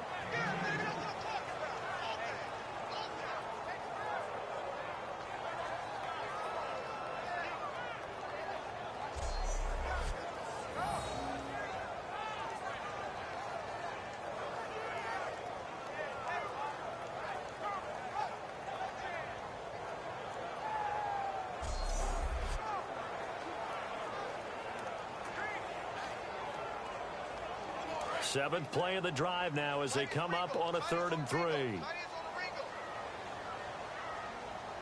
here we go. 3-19. First touch of the game here for Benny Cunningham.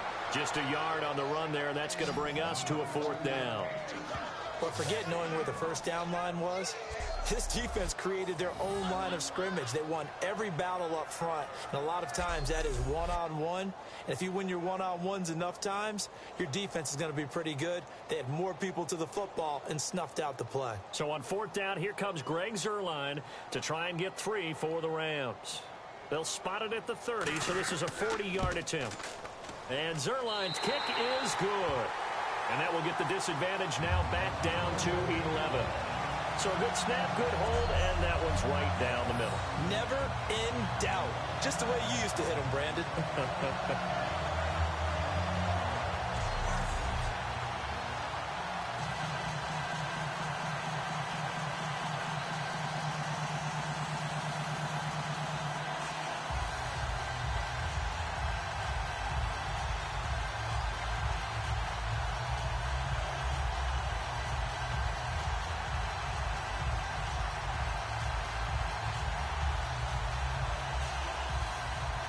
After the made field goal, Zuerlein back out there now to send this one away. This will be taken in at the 1. And it's a pretty good return here as he'll get it up to the 29-yard line. The Bengal offense now gets set to head back out onto the field. And last time they coughed it up, led to a field goal. They're fortunate that it only led to a field goal, but still, they're not happy about it. Could you sense the relief, though, when they only gave up the field goal and they were able to trot back out on the field and start this drive? A little more pep in their step because they didn't cost their team a touchdown. But they know they've got to do it a lot better than they did on the last possession. The coach will just be relieved, though, if they recoup with a score here, right? I think the coach would be ecstatic to see them pick themselves back up and now take it downfield, punching the end zone without turning it over. They start the drive on the ground with Hill. Found a little room there as he's up to about the 37. 9 yards is the pick up there, and they'll have a 2nd and 1. First play of the drive, let's give credit all around. Excellent blocking, but the guy carrying the ball, he was the finisher. A really nice run.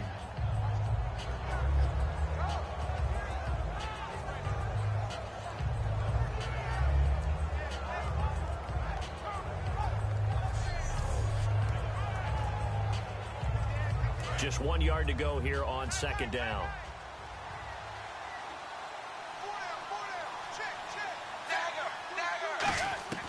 Second down, Dalton. And over the middle, it's LaFell.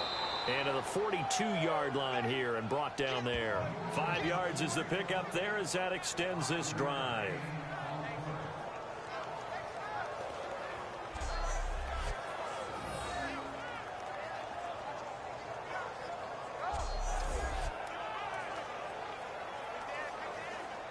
Final minute now of the third quarter.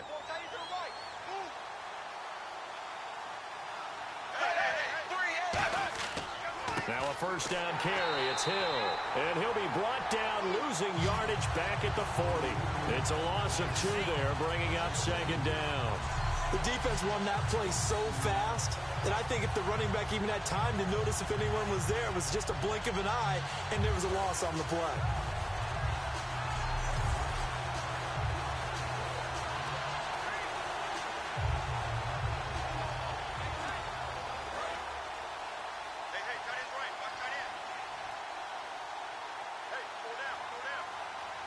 Hill, the lone setback. Dalton throwing on second down. Green's got it over the middle. That catch good for 5. It's third down.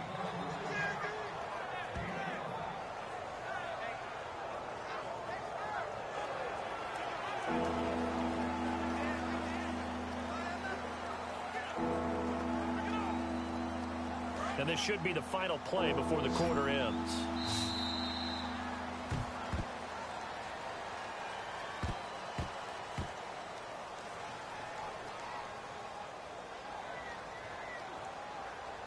So they'll get a little extra time to come up with his third down play as we played 3 quarters. We'll return with more after this. You're watching the NFL on EA Sports. Back now in Los Angeles.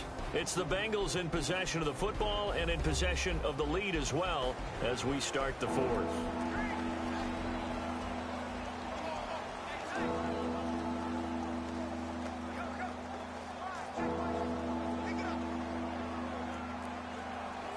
Let's see if the defense tries any pressure here on 3rd and 8.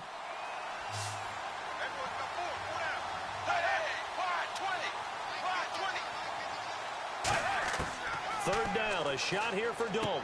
And Eifert has it. And he will have a first down here at about the 40. It's a pickup of 15 and a fresh set of downs. He's played a great game. It continues right there, even with this lead, confident to throw the pass and have the reception made. There's no doubt who the leader of their team is there? There's no doubt who they want to ride all the way to the finish, because strategy would tell you run the football, run the clock down. Instead, they're letting him throw it because they feel that confident in what he's getting done. Back to the ground, it's Hill. And he'll lose yardage here, back at the 41. It's a loss of a yard there, and now second down. The fourth quarter here, they've got the lead. They want to keep it on the ground. That's what they're doing. Smart football. Keep the clock grinding, keep it going. But you got to figure now, they're going to see more people stacked up at the line of scrimmage as they try and bleed it out.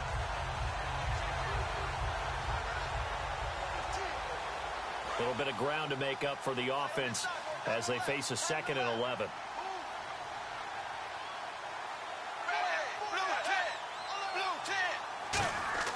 It's second down. Dalton looking. And complete into the arms of LaFell. 4 yards on the completion, and it sets up a third down.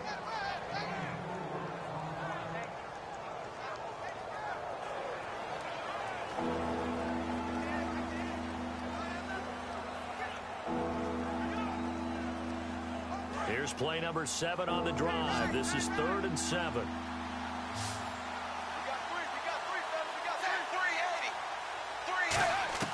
Third down from the gun, Dalton. And he couldn't hang on to it through the contact. Incomplete. Well, partner, the hit sure looks like a simple route, but I think the issue with it is a lot of time when you're making that play, you're actually working your way back inside towards traffic where the big guys are coming from inside out, whether it's defensive ends or linebackers. And a lot of the time, instead of securing the pass, your eyes might stray towards the middle and wonder where the big hit's going to come from. And this is good. He got just enough to clear the crossbar as he drops it in from long distance. And that will get the lead up to 14. So they settle for just the 3 there, but clearly anything helps when you're trying to salt one away here in the 4th. Without a doubt, I think a touchdown would have been the final nail. But 3 does give him some breathing room and lets him build up a little cushion.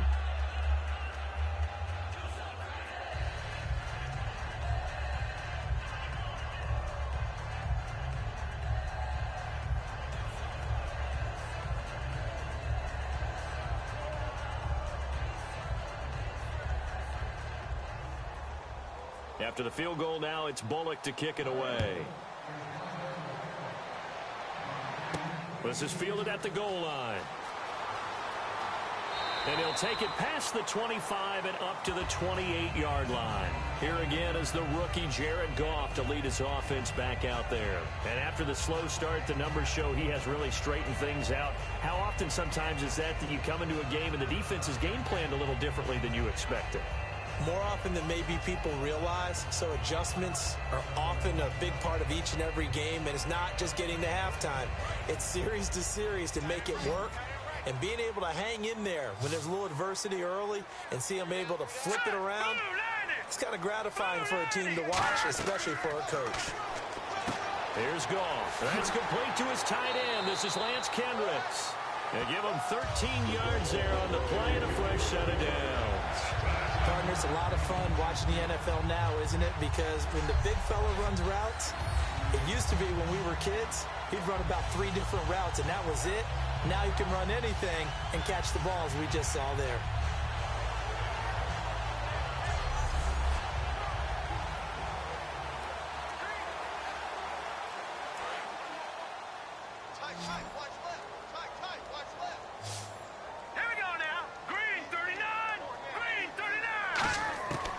First down, Goff. And he will find his man on the outside. And he'll be taken down, but not before he gets into enemy territory.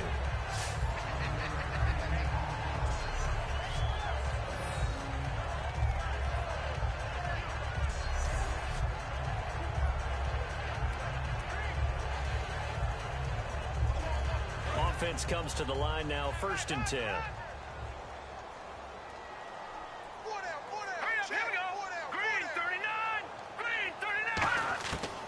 On first down. And the tip there altered the ball flight, and it falls incomplete. It'll be 2nd down. You got to give some credit. They're able to hop up in the air and bat that one away. And that's frustrating for an offensive lineman because the only recourse is when he goes in the air to try and give some type of a pop or a shove, hoping to bring his arms down.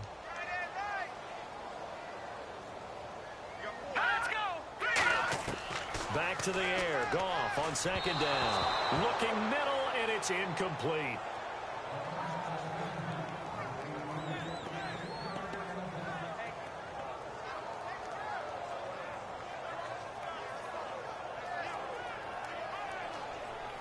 Third down here for the offense after the incomplete pass. Here we go. Detroit! Throwing on 3rd. Goff. He's got time in the pocket. Trying to lay one up deep. He's got it at the 15. And he gets this one all the way down inside the 20-yard line. And a 2-score game, obviously. Every play, every 3rd down, like we saw there, magnified. Big pickup. It was a huge pickup. What they really want, though, is to not even get to 3rd down. They've got to maximize time and conserve as much as possible.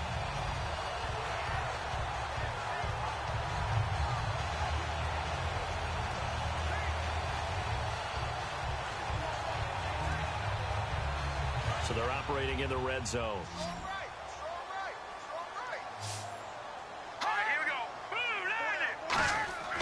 Now a play fake here on 1st down.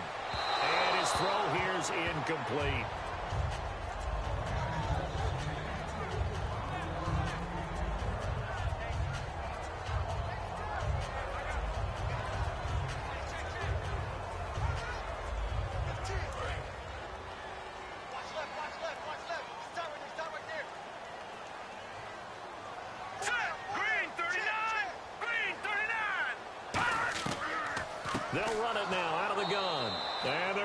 lose some on this play. Being knocked back to the 18. He lost 2 there, and it's 3rd down. We just saw another example of how the defense is winning this game. Really at the point of attack, the offensive line is just getting pushed around. I think now as a play caller, you've got to give them a little bit of help. Maybe you keep your tight ends a little bit more. Maybe the running backs help you a little bit with the pass blocking. But you've got to help them get some confidence because you can't abandon the play calling right now. Back to the ground, this time with Gurley. And he'll push his way up to about the 14. 3 yards won't be enough here as that'll bring up 4th down.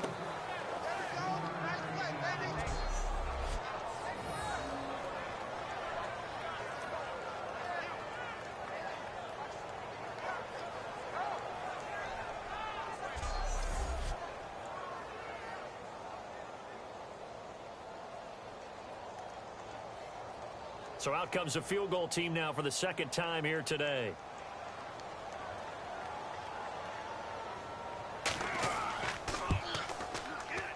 And Zerline's kick is good. And that will get the disadvantage now back down to 11. So they were able to move the ball into the red zone, but they'll wind up coming away with just 3. Yeah, 32-yarder. That's equal to an extra point nowadays, and those are no problem for an NFL kicker.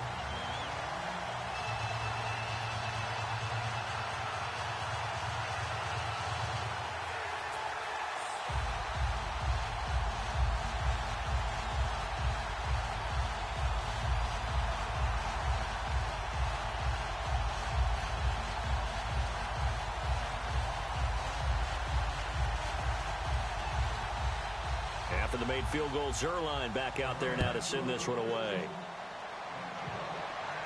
This is fielded at the goal line. And it'll be taken down just past the 20 at about the 21-yard line. Now the Cincinnati offense ready to see what they can do here. And fortunate to get points on the board last time. They had to hit a really long field goal to do so. The kickers in today's game are so good and so skilled and hit from distances that we almost start to take them for granted, and we can't do that. That's a long field goal that they got 3 points out of. They've got to feel good about that, and they better make sure they love him up because he's helped them out. Yeah, now we'll see if that offense can put 6 on the board here. We'll see.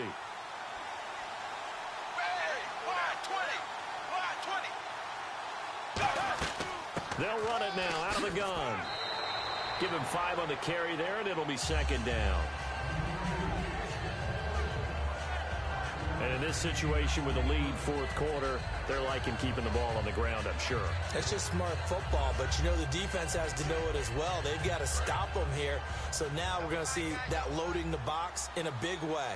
6, 7, 8, 9, whatever it's going to take, puts a little bit more pressure on your big offensive line. Again, it's Hill. And he'll fight forward to about the 27-yard line. Only a yard on the pickup there, and it'll bring up a 3rd down.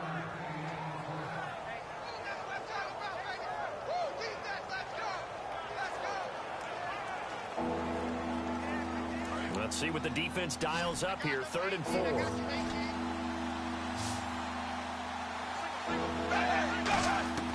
Dalton here from the gun. Oh, there's that man again. It's complete. And he gets it to the 32. Good enough for a 1st down. AD to AJ. And it's been like that throughout this game. And I think it's a huge reason why they are in the lead. I like that. AD to AJ. Andy Dalton to AJ Green. Such a tough cover. And they are proving it here in this one.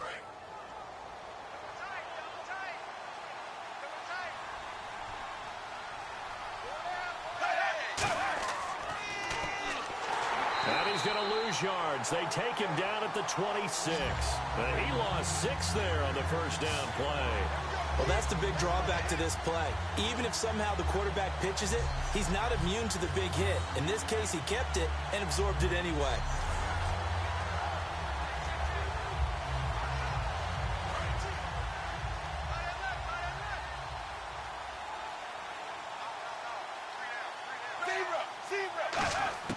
It's 2nd down. Dalton looking. Green's got it over the middle. 4 yards on the completion, and it sets up a 3rd down. Well, there really wasn't much there, but a completion is a completion. A tough third down awaits them.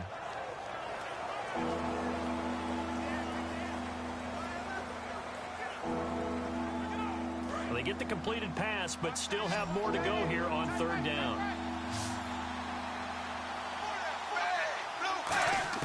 Third down, a shot here for Dalton. And did he get the feet down? No, they'll say he did not. It's incomplete. Oh, he caught it. Just couldn't get the feet down. Couldn't get that toe tap sequence, right? I was ready to call him tippy toes if that one was completed. Here's Kevin Huber now as he's on to punt for Cincinnati.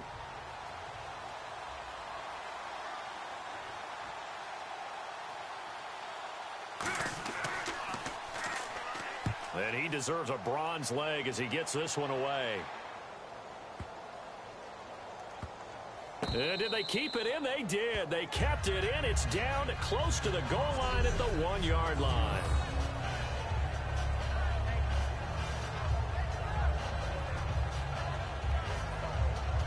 The Rams offense now making their way out to take over. And they had 3 points last time, but they didn't want 3 points because they were well within range of scoring a touchdown. We'll see if they can do better now. I'm with you on that one. Let's just go ahead and be frank about the whole thing. The only one happy about the 3-point? The kicker. Exactly. He put it through the post. That's going to help him at contract time. But that offense, they're thinking, let's get in the end zone this time. I don't know if that helped him at contract time. You could have kicked that one through. I don't know about that. Toe bash. I don't know about that. Toe bashed it. Super toe. The one running back is Gurley.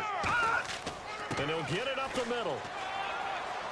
And he's going to be taken down shy of the 5-yard line. A gain of 3, second down. And give him a lot of credit there, but even more credit to the guys up front. In that situation, you know it's going to be a stacked defensive front. And to be able to gain that much yardage, that's a big win for the guys on offense. Yeah, they were just about standing on their own goal line, so to get a few yards there, a great start. Now we'll see what second down brings. And he'll get it up to the 12-yard line here. It goes as a gain of 8, and it moves the chains. That's a good, nice, crisp run for a first down. I wonder if the defense might have been loosened up a little bit, maybe anticipating a pass instead of the run that they got.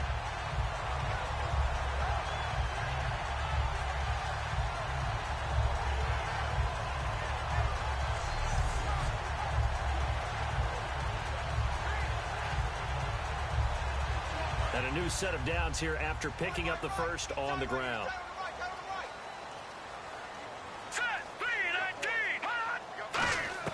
On first down, it's gone. He has Britt over the middle. A gain of 6 there on first.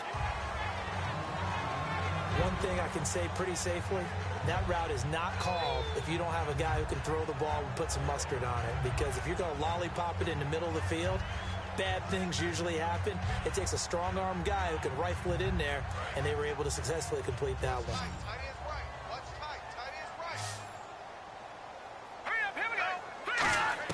Here's Goff now on second down. On the right side, this is Austin with a catch. Give him 12 yards on that one and earns him a fresh set of downs.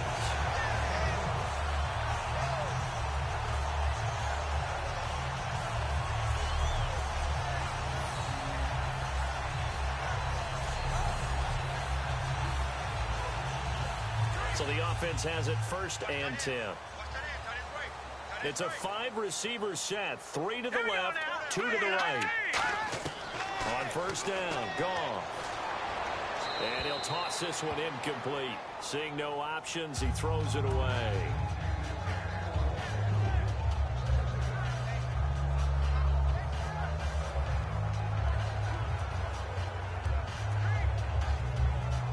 So they're still at the original line of scrimmage here. 2nd down and 10. Let's go! Green 39! On 2nd and 10, Goff.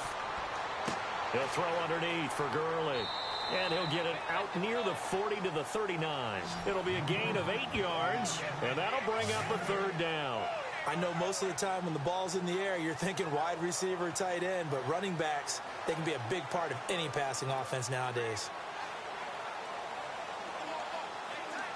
Short of the sticks after that completion, and now it's 3rd down for this offense. So it looks like somebody may have forgotten the snap count, and a 5-yard penalty ensues.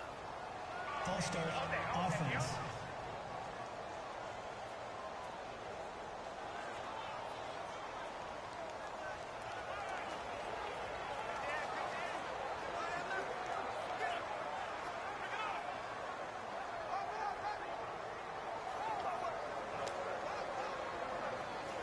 And following that penalty, the offense really backed up now on 3rd down.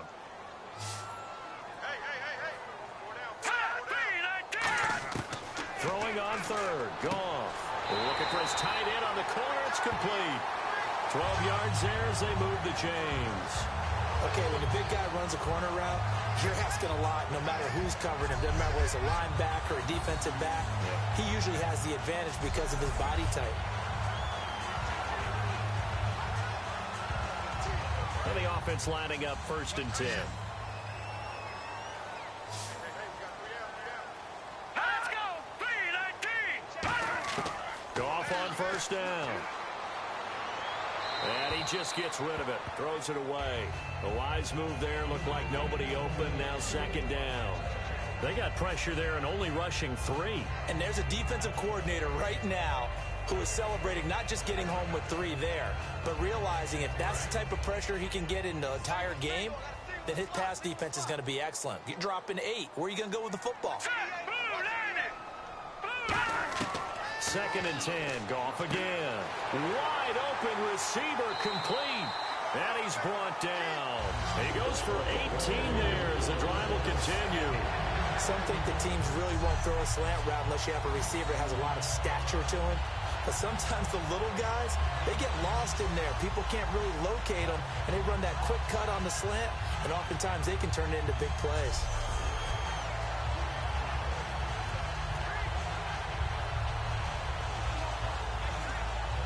Fresh set of downs here. And on the outside, they're playing press coverage.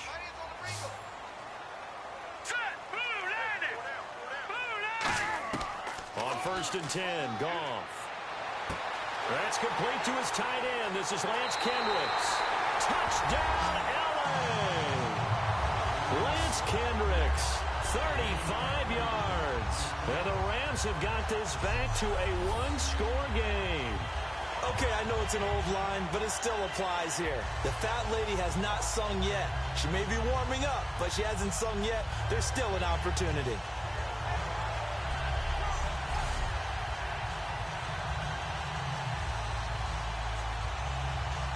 A big play coming now for the Rams as they'll go for 2.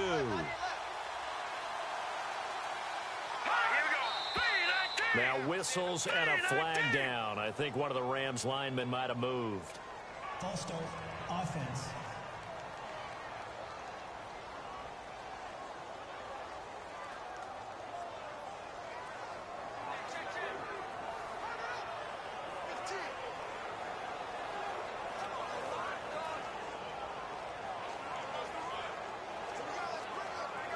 Now another try at 2 here from the 7 now.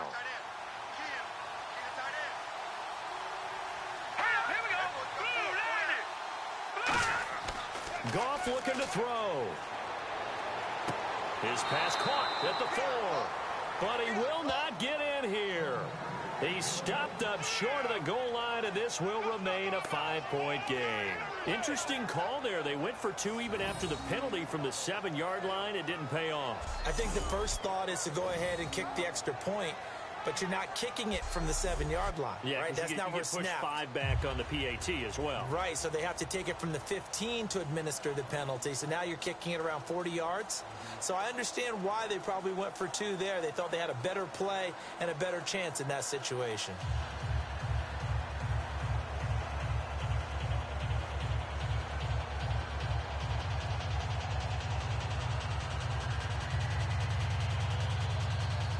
Now after the touchdown, it's Zerline. He'll kick it away. That'll be taken in the end zone. And he'll wind up about 4 yards shy of where he would have been if he had taken a knee, as they'll start at the 21-yard line. All right, here now a look at A.J. Green. So glancing at these numbers, I think they tell a story of, hey, early on he got hot, he got their attention. They've been able to hone in on him, shut him down a bit. He certainly did get their attention, and that's the ultimate compliment for a player, that when you come out in the second half, all of a sudden there's extra guys around you, there are different coverages rolled your way. That means you've done something really well. Now it's up to him to make his own adjustment and find a way to beat the new defenses he's facing.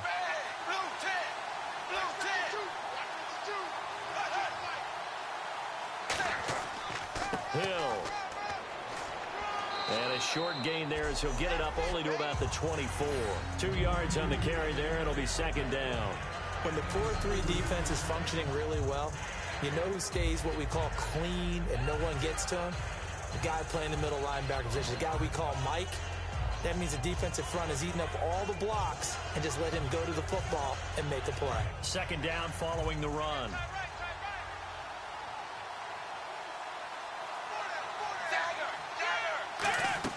The play fake to Hill. Dalton. And Green with a catch left side. 4 yards on the completion, and it sets up a third down. They like going to him in the slot. He catches another one. I think this comes under the heading of, until they stop him, why not go back to him? He has something going really well. Great working relationship with the guy throwing the ball, and they keep making the connection. 3 yards left to grab here on third down.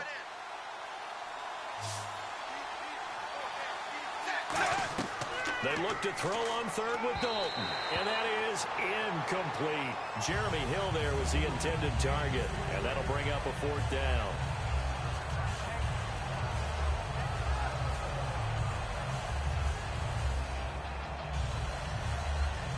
Here's Kevin Huber now, as they're forced to kick for the 6th time today.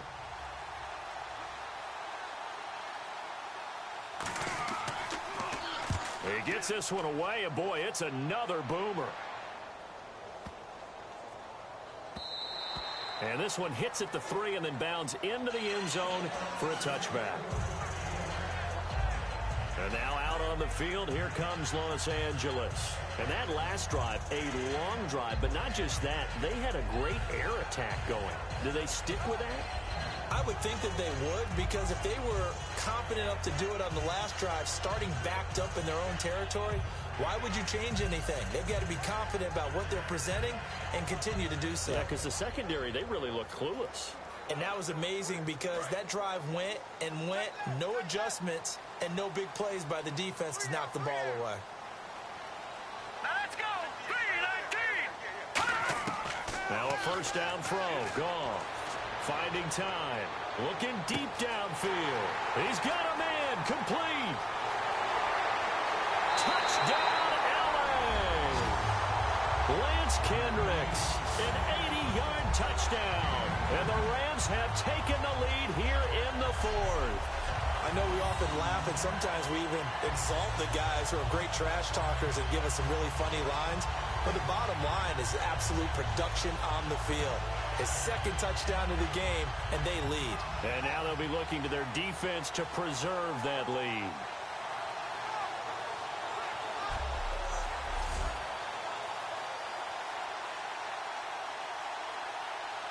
Here we go now as we get set for a big 2-point conversion.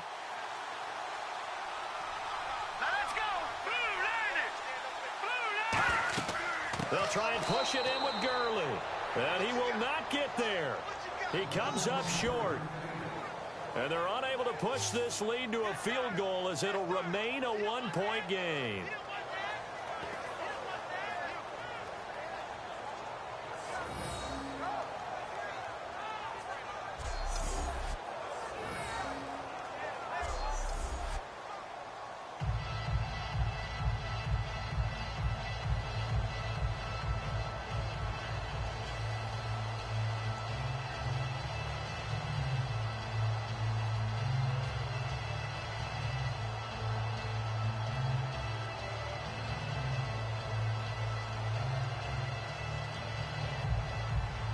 Now after the touchdown, it's Zerline. He'll kick it away.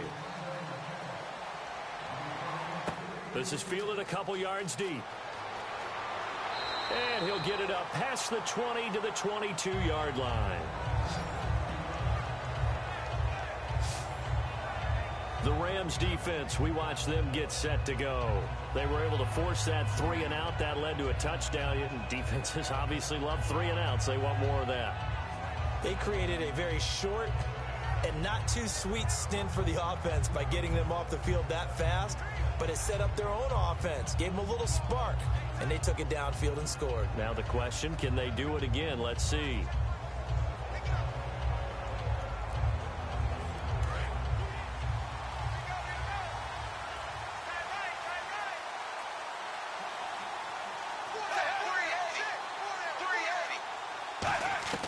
On 1st and 10, here's Andy Dalton. And he's got his favorite target yet again. It's complete. It's a pickup of 16 there, and it'll lead to a new set of downs. And now he's closing in on 450 yards passing.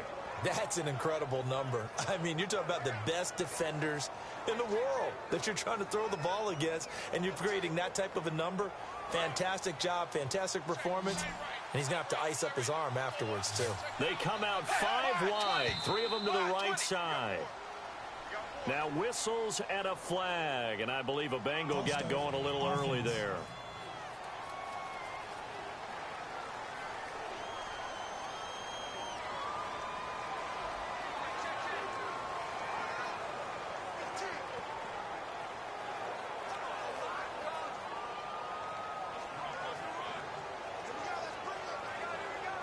And leading here late, so a chance for the defense to really close out this game if they can halt the offense.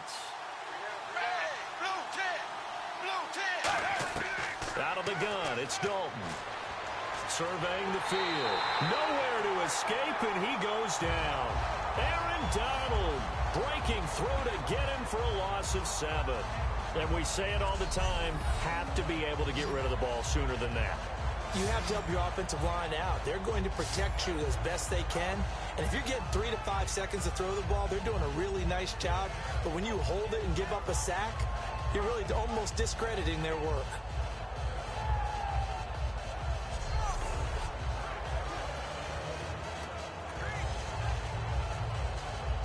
And, of course, the quarterback in this situation, he's realizing time is becoming a factor. Let's see if they can get some points on the board here late. It's 2nd down. Dalton looking.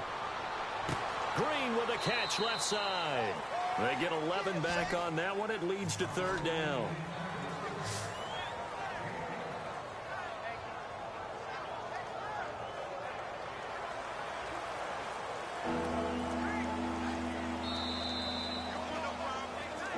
Time for a break.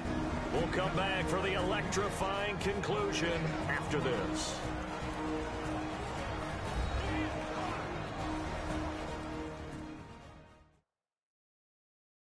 So the Bengals in possession of the football here as we get you reset. And let's see what they've come up with offensively after having time to talk it over.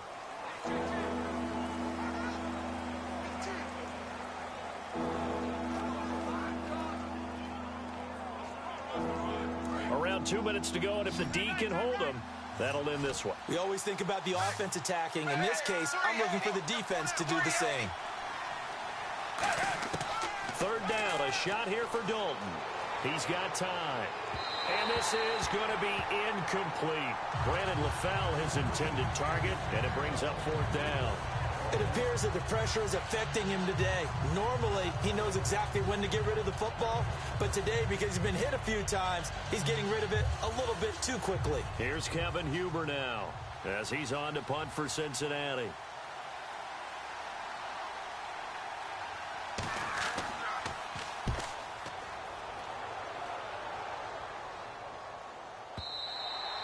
And a bit of a mistake there. This is well into the end zone for a touchback.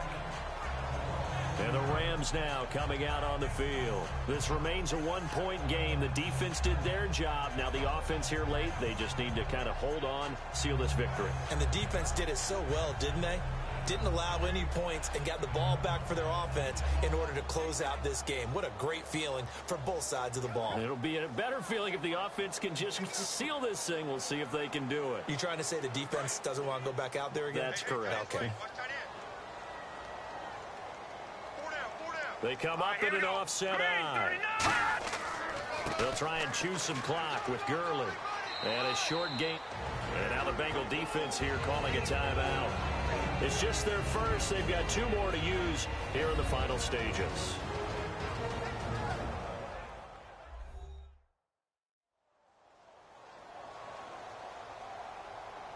So the defense had a chance to catch their breath, and now they're back out and ready.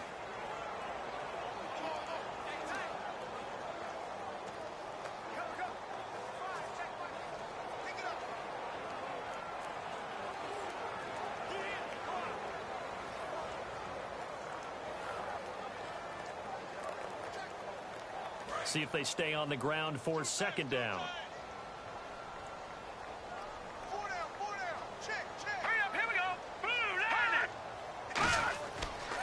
Again they run with Gurley. And now the Bengals are going to call another timeout. That'll leave them with just 1 remaining in this 4th quarter of play.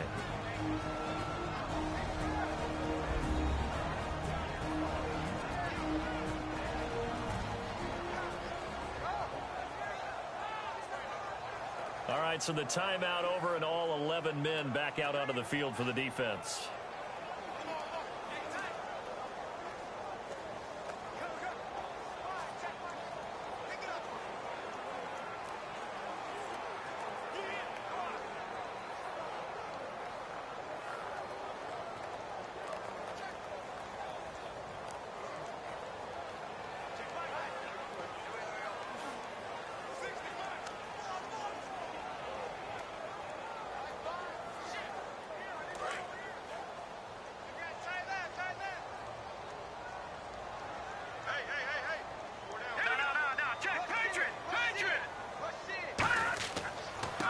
Third down, they'll run it with Gurley.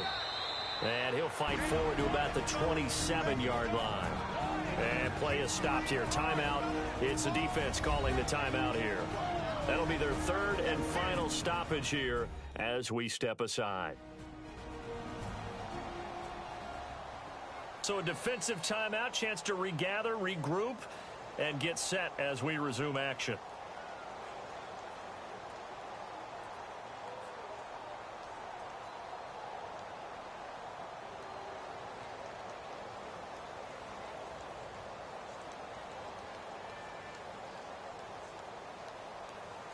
Here's Johnny Hacker now as he's on to punt for L.A.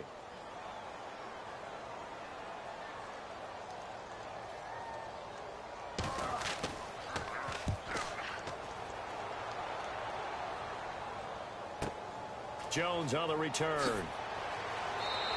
A good return there. Call it 13 yards. And the Bengals take possession. Here's the defense for Los Angeles as they head out to set up shop. And everything's going to rest on this drive. Can they keep them out of field goal range? Because a field goal would win it. So now you're in that position of you can't just back off and give them easy throws. At the same time, you don't want to press them so hard they go over the top and beat you deep. So you're playing a tight defense with an idea that you have the lead. Whatever you do, don't let them in the field goal range and give that up. So maybe tight but not too tight, right? Exactly. I mean, it's perfect, right? It's kind of like lacing up your shoes. Get it exactly right and no more. See if they lace them right. Back to throw. A dump off now to Hill. And they get him down, but not before he takes it across the 40-yard line. They pick up 12 on the play there, and they move the chains. They're going to hurry back to the line now. He'll look to throw. And seeing no options, he just tosses this one away incomplete. Now that'll bring up 2nd down.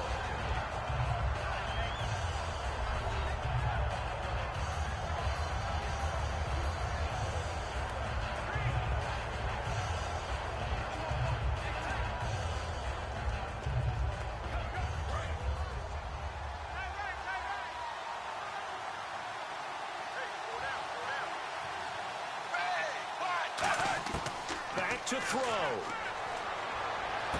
Complete to the right side. It's Eifert. A good pickup there. 26 yards. Well, how about keeping your head about you in this situation? No more timeouts. Finds a way to get out of bounds. Now they can breathe a little bit as they contemplate what to do on the next down.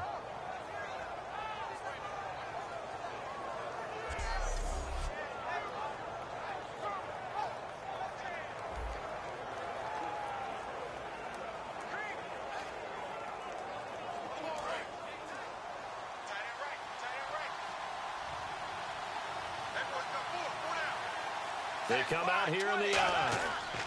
Dalton with a give to Hill. And he will lose yardage back to the 34-yard line. That's going to go as a loss of a yard, and it'll be second down. And now it looks like they're going to be in the hurry-up.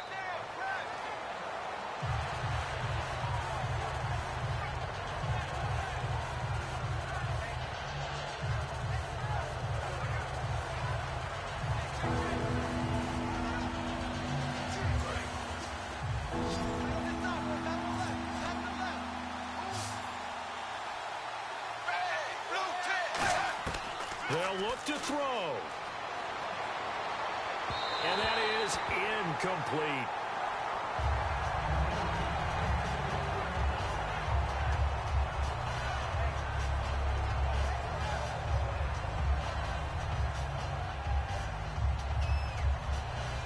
So on fourth down, out trots the kicker in a big spot here. This to take the lead here in the final minute. And Beaukk will put this one through. And the sideline celebrates as they have taken the lead in the final minute. All right, so time to reset here. It's a huge kick there, gives them the lead, but they've got to be careful that their celebrations aren't a little too premature. You're exactly right about that, because there still is time for the other guys to run a few plays and get into field goal position. So this defense is going to need to come up with one final stop if they're going to get out of here with a victory.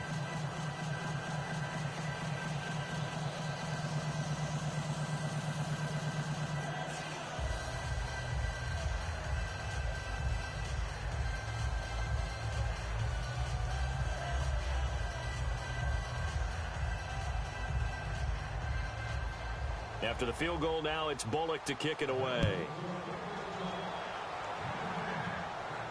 This fielded a few yards into the end zone. And he'll get to the 30-yard line before going out of bounds. Now the Rams offense, they work their way back on the field. They only need a field goal. Obviously the clock a huge factor. They'll be watching that. What do they need to do here, Charles? Your sequence of plays has to get you out of bounds. Completions, get out of bounds, gain some yardage. Then when the clock hits 7 seconds or left, now you get a decision. Are you in field goal range, or is it Hail Mary time? Because from 7 seconds down, you don't want to take a shot that you're going to have another play. We'll see how they handle it.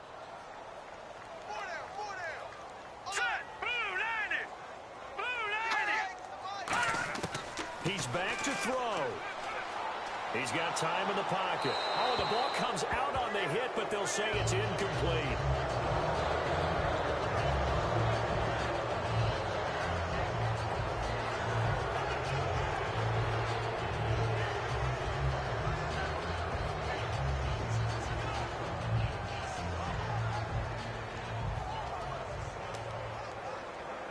Unable to connect on the first down pass play. Now it's second down. Here we go now. Now Goff. And he's just going to get rid of this thing. To no one here. He throws it away. And now it's third.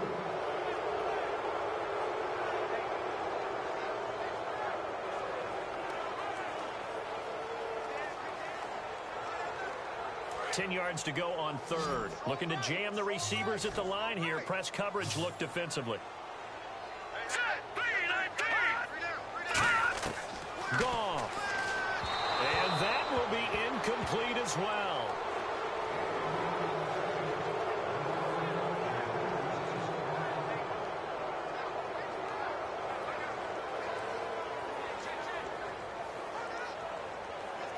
One score down. Here we go. They're going to go for it here on fourth down. Desperation time for Goff on fourth. It's complete to Britt. And he'll be taken down, but not before he gets into enemy territory. timeout by the offense. It's just their first. They've got 2 more to use here in the final stages. So we're back in the offense getting set following the call of that timeout.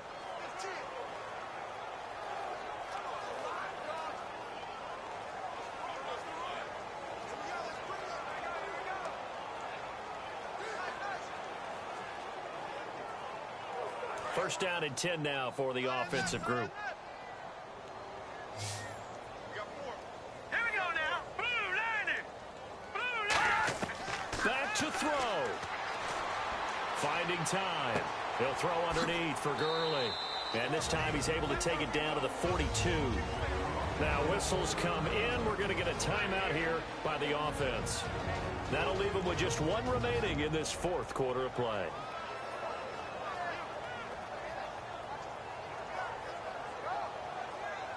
And welcome back. The offensive unit, they took the timeout. And now they get set to line up as we resume action.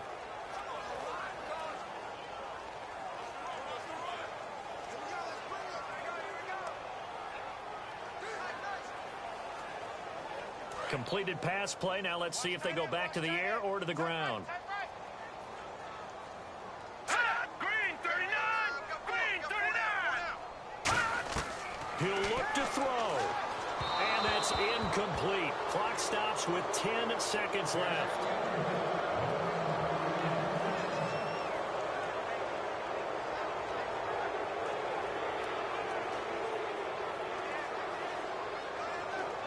So a 2nd down incompletion now brings up 3rd down.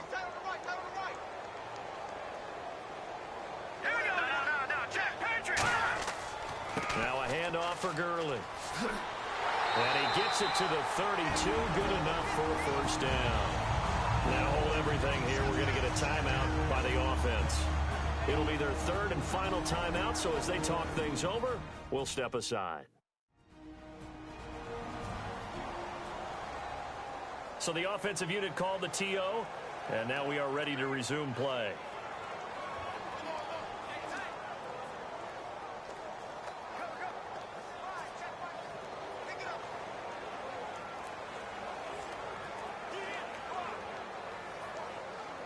So it'll all come down to the booming right leg of Greg Zuerlein. 2 for 2 on the afternoon, and a 3rd would win it.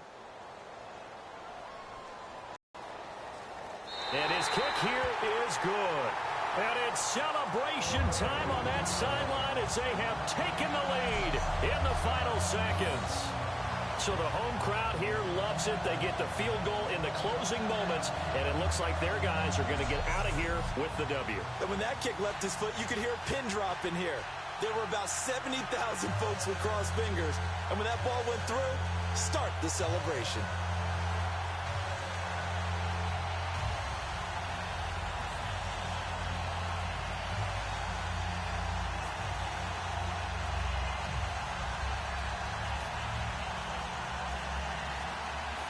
After the made field goal, Zuerlein back out there now to send this one away. This one fielded at the 5. And he'll make it across the 20 as his guys will set up shop at the 23-yard line. Well, this one, partner, was fun down to the very end. They got the points late, right before the whistle. Then the ensuing kickoff. They were hoping for magic on the other side, but couldn't get that spark. Fun if you won. And fun for us because we got to watch it and call it. That magic that you were talking about didn't occur at the end, but what a game all the way through.